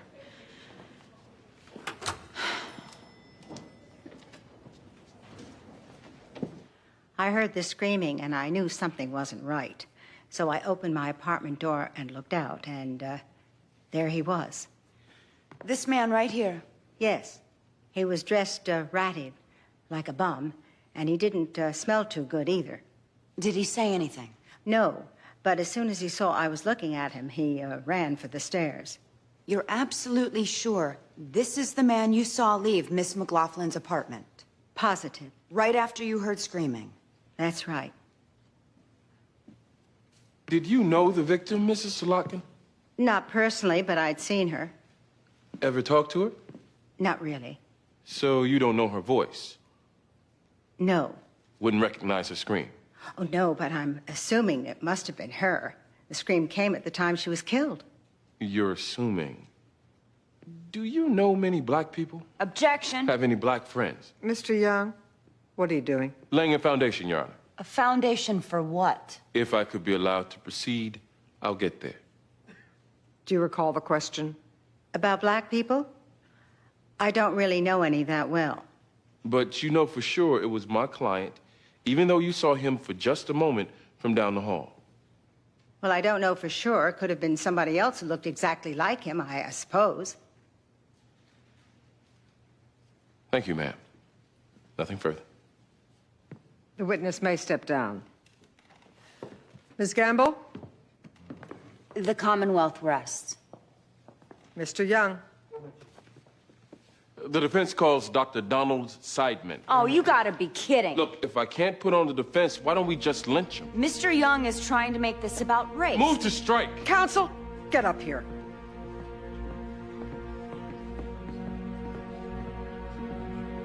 I will hold both of you in contempt if there's another such outburst. Who is Dr. Seidman? He testifies white people can't tell one black man from another. Sorry? He's an expert on cross-racial impairment of eyewitnesses. This has been rejected by other courts, plus Mr. Young gave no notice. I didn't know race would be an issue. You are the one making race an issue. If I can't call this witness, I'll take you up, emergency appeal, and I want a mistrial.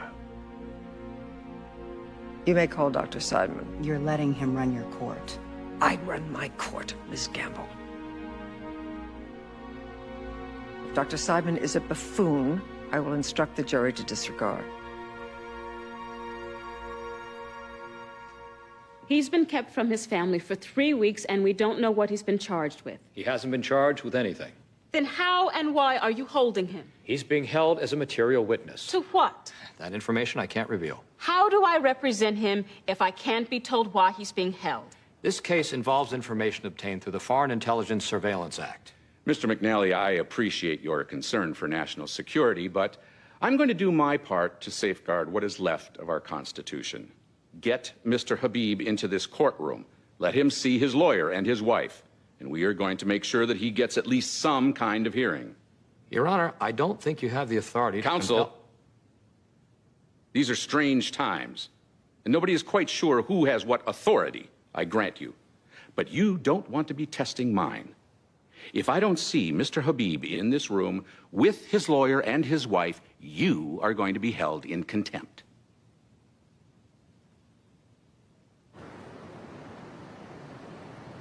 Many eyewitnesses have a hard time correctly identifying suspects who are of another race. We call that cross-racial impairment. Is it common? Very. How do you know? From my work as a clinical psychologist, from my review of over 50 years of empirical studies on the subject. Are certain people more likely to suffer from this impairment? People unfamiliar with members of the race in question. They don't see black people very often. Suddenly they have to identify one. They're more likely to pick the wrong one. Thank you, Doctor.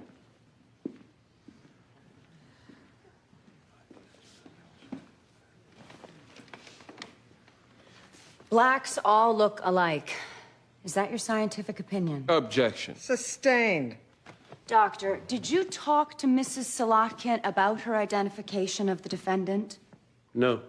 Are you aware that there's no agreement in the scientific community that cross-racial impairment even exists? Cross-racial impairment is real. When studies confirm what life has already taught us, to me, that's the best proof you can get. Well, is that why many courts have refused to let you testify? Science often outpaces the law, Miss Gamble.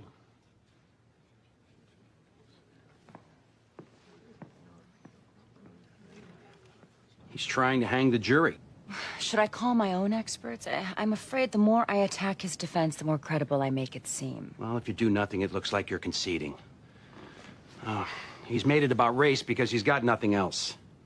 What he does have are 4 black jurors. Oh, please. And he's black. Race isn't the issue, but it probably won't be. But we can't be so naive as to rule out the possibility. Got a second?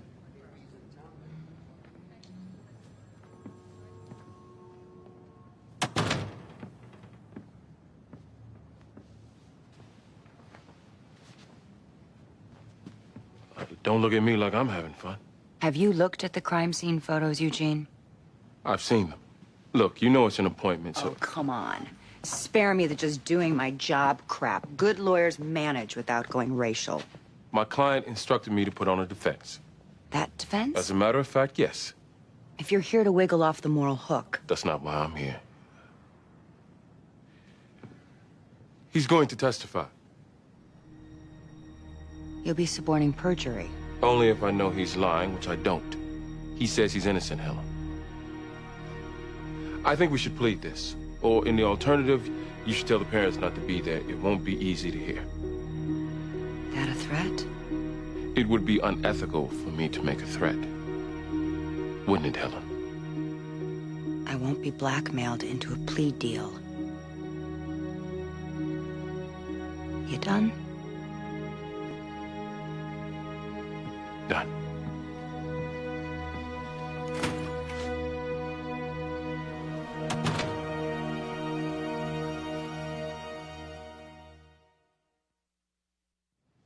For your own emotional welfare, I'd say stay out of the room, but... But what?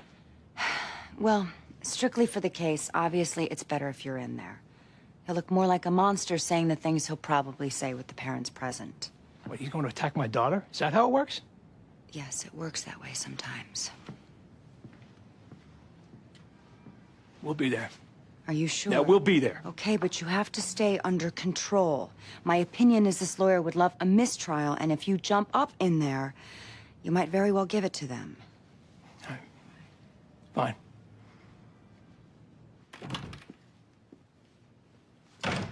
Okay, he's coming in. Dr. Ford, I'm going to ask you not to speak to him or hand him any items.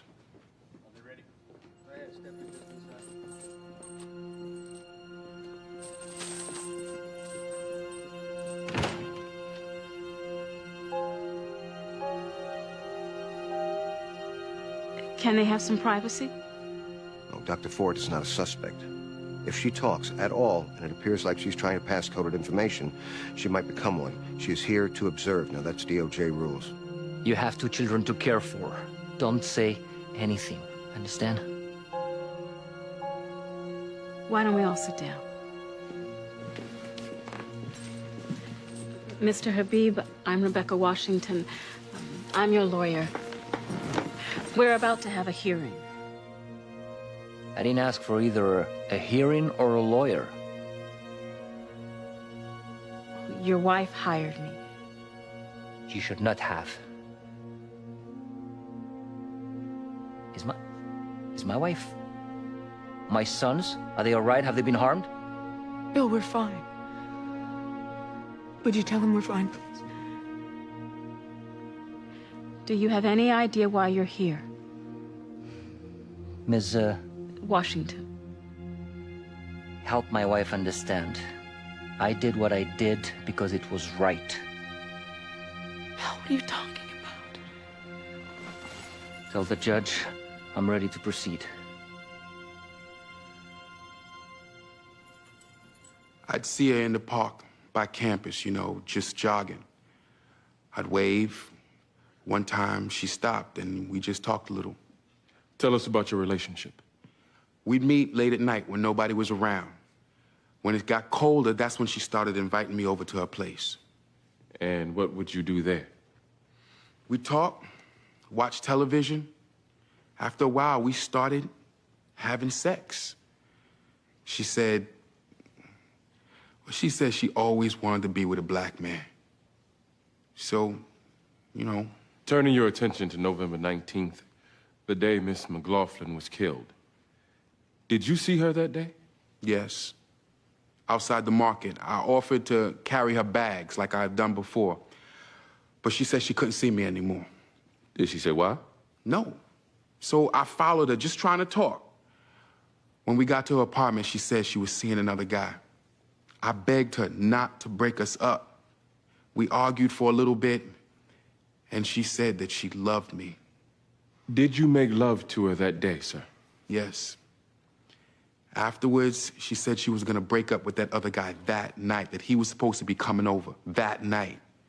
When I left, she was alive. Thank you, sir.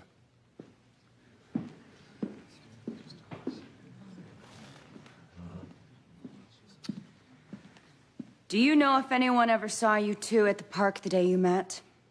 I don't know.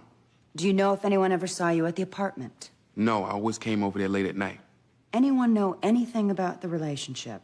No, she liked to keep it secret. So nobody can verify a single part of your story? I guess because of our different social places or whatever you want to call it. You know, she just liked to keep it between us. Mr. Johnson, this is your booking photo.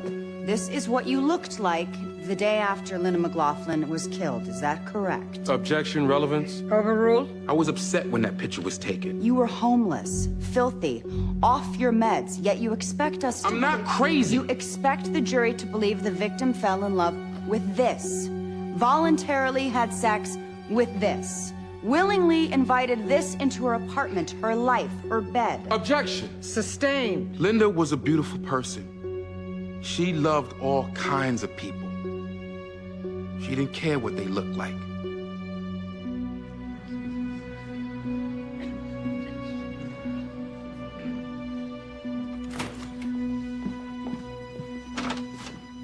You need to call that Collins girl. I don't know. It could end up backfiring on us with some of the jurors. You can't afford to be that sensitive, Helen. We try and be PC here, we lose.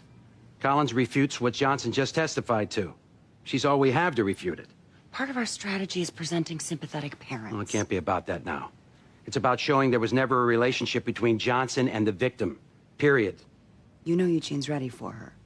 Well, we have no choice. We need that witness. Call her.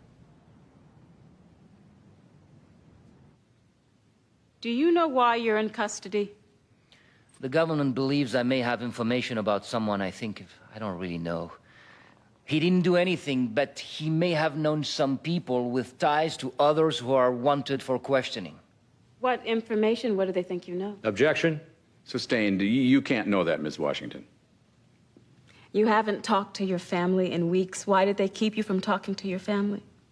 They didn't. I chose not to call my family. Why? I was told anyone I spoke with would be subject to investigation. I do not want to bring my family into this. My wife and children were born here. They have no connection to any Arab other than me. Have you been interviewed? Many times. Did you know you had the right to have an attorney present? I waived my rights.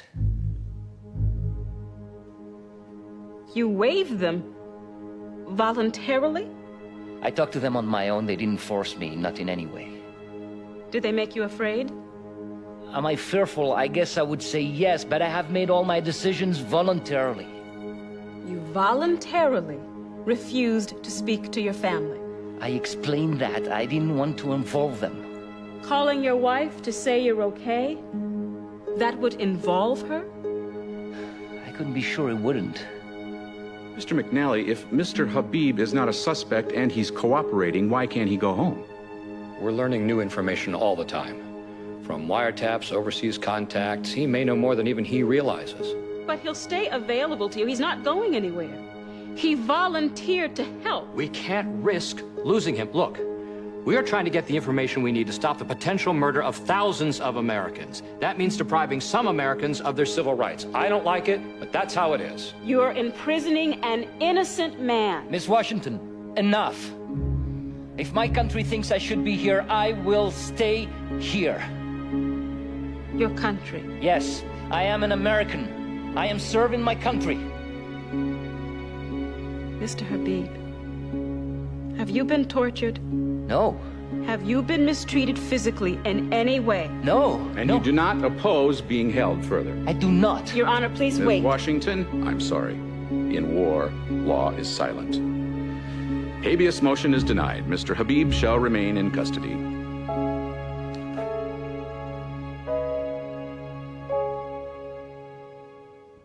There is no way Linda McLaughlin was dating that man. You know this. We were real close. If she was dating someone, I'd know. Well, to your knowledge, was she dating anyone? Objection, speculation. Goes to rebuttal, we can refute the existence of a relationship. Proceed. She wasn't dating him. I'm sure. How do you know? We talked about it. About interracial relationships on occasion. She said she wouldn't date African Americans. Ever. Those were her exact words. Yes. Among other things, she said her parents would have a big problem with it, particularly her dad. Thank you, Miss Collins. You didn't live with her, did you? No. So it's possible she was seeing him without you knowing? No, that's not possible. How can you know that? Because of what she said. That her parents would have a problem with her dating a black man? Yes. Especially her father? Yes. Her father's a racist, isn't he? Objection. Goes to bias. What bias? The victim concealed her relationship with my client because she feared her father, who hates black people. Objection. I'm warning you both for the last time. Mr. Young, move on. Miss Collins, when you and Linda McLaughlin spoke of interracial relationships, what was your position on the matter? I was against them too. So Linda, knowing this, maybe she didn't want you to find out about her and Daryl either. Objection, speculation. Overruled. Maybe because she knew you were a bigot, Miss Collins, Linda just said she didn't want to date a black man. Objection. That is more than enough, Mr. Young. The witness may step down.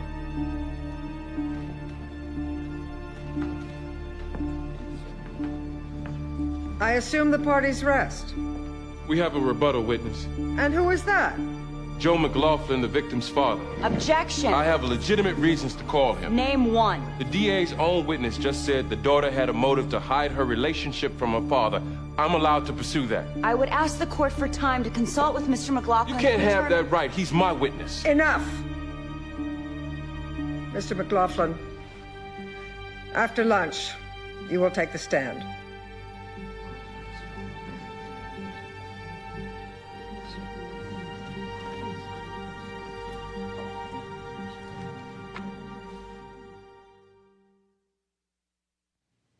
You swear to tell the truth, the whole truth, and nothing but the truth, so help you God?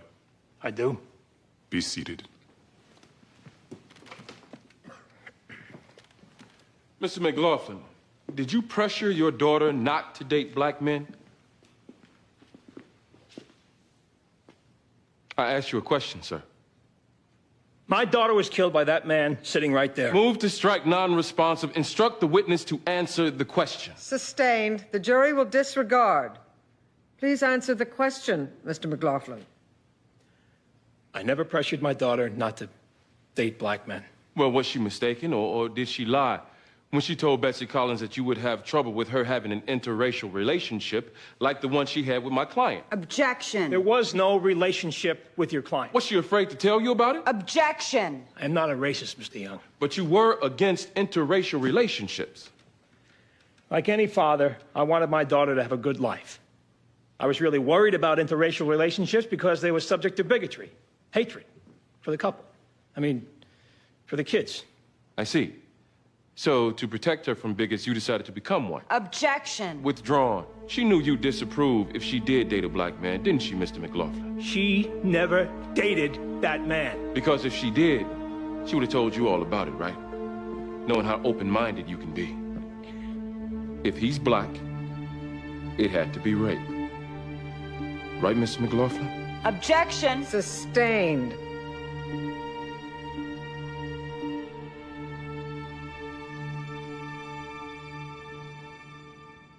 He agreed to be held. For what? He didn't do anything. Are they torturing witnesses now, Rebecca? I cannot believe that. I mean, I've read it in the papers. Maybe the CIA is doing that now. You asked the question yourself. Doctor, you know your husband, his personality, his demeanor. Did he seem like maybe he'd been tortured?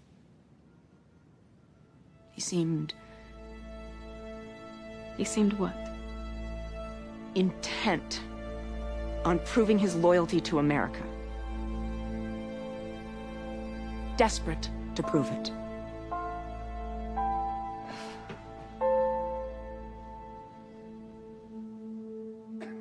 Closing arguments are not evidence. Nothing the lawyers say is evidence. Your verdict must be based solely on evidence. They had an affair. The prosecution refuses to believe it. Why? The man in the parking lot sees a black man with a white woman and assumes he's hassling her. The woman in the hallway can't tell one black man from another, so the prosecution would have you believe that the only relationship that could be between a black man and white woman is killer and victim. The defendant was seen arguing with her in the parking lot. A witness watched him follow her home, angry. He was seen coming out of Linda's apartment. His prints were on the murder weapon. His semen was found in the victim. Neither the race of the defendant nor the victim should have any bearing on your verdict. It is irrelevant and must not be considered by you in any way. Linda McLaughlin had a motive to deny her relationship with my client. She feared her father. Her father doesn't like black people. There's no evidence to suggest someone else killed her. No one else's prints were found anywhere in the apartment. The evidence points only to the defendant. Of course, his prints were on the land. He would visit her. He slept with her. They only looked for one defendant. Daryl Johnson is on trial, ladies and gentlemen, simply because he's black. All we ask is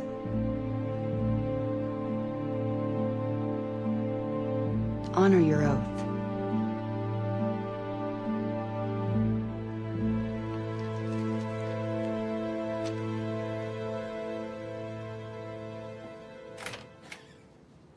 Hey.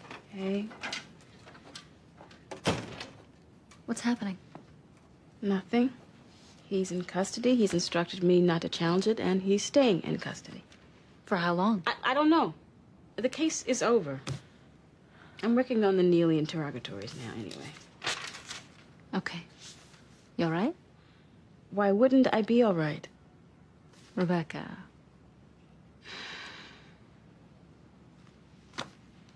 We're back. We're back to... Interning people. Sticking them in prison because of where they were born. It happened in World War II with the Japanese Americans, and it's back. I mean, the government will apologize for it later, but then it'll be too late. Innocent people are having their lives ruined now. Mr. Habib, he thinks being a good American is giving up your rights, not fighting for them. Most people know that Arab Americans are Americans, Rebecca, and that they're our neighbors. But everyone's afraid. We don't know who we know and who we don't know, and we're afraid. Yeah. We're back.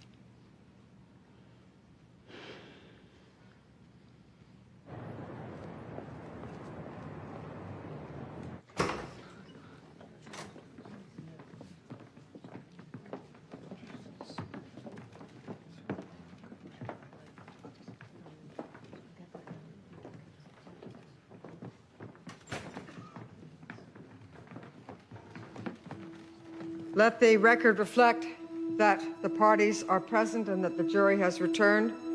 The defendant will please rise. Mr. Foreman, as to the charge of murder in the first degree, I'll say you. Your Honor, the jury has a statement. You have a what? We were told it was our civic duty to serve on a jury because the Constitution guarantees every defendant the absolute right to be judged by a jury of his peers. This is not a forum for public... We were told that the American system, for all its flaws, is the best system in the world because of the concept of the citizen jury. Move for immediate reading of the verdict. But what we found... Sir! You have one more chance before you risk a finding of contempt. Have you all agreed on a verdict? What we've agreed on is that this has been about the most appalling spectacle we have ever seen. The only thing that should matter in here is, did the defendant or did he not commit the crime? Nobody here cares, not her, not him, and not you. Nothing that's gone on here has been about giving the jurors the information they need to make the right decision. A girl is dead. A man's freedom is at risk. If he killed her, his liberty should be forfeited. And we're supposed to decide. Based on what, exactly? We want justice for the victim. But we can't provide it. Are you saying you cannot reach a unanimous verdict? No, Your Honor. What we're saying is we refuse to try. We have not reached a verdict. We will not reach a verdict. If you want to hold us in contempt, well, there's a certain justice in that because contempt is what we feel.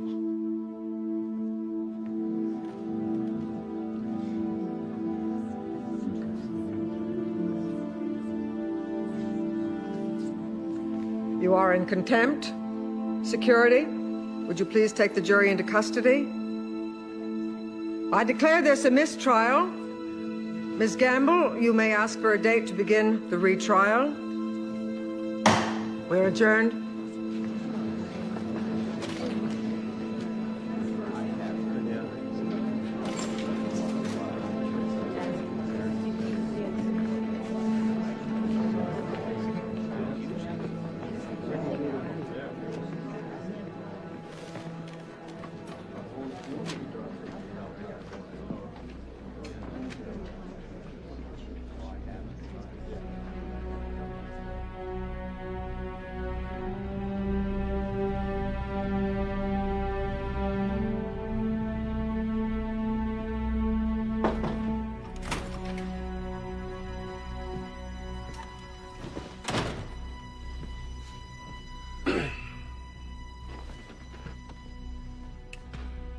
The judge allowed me to withdraw, so for the next trial, you have my best wishes. Thank you. Well, they certainly reached a verdict on us anyway. Yep. Got a little ugly, but I don't think we were that out of line. It's a trial. What do they expect? I don't know. You know jurors. We can't beat ourselves up over this, Eugene. Nope. Heads high. Heads high.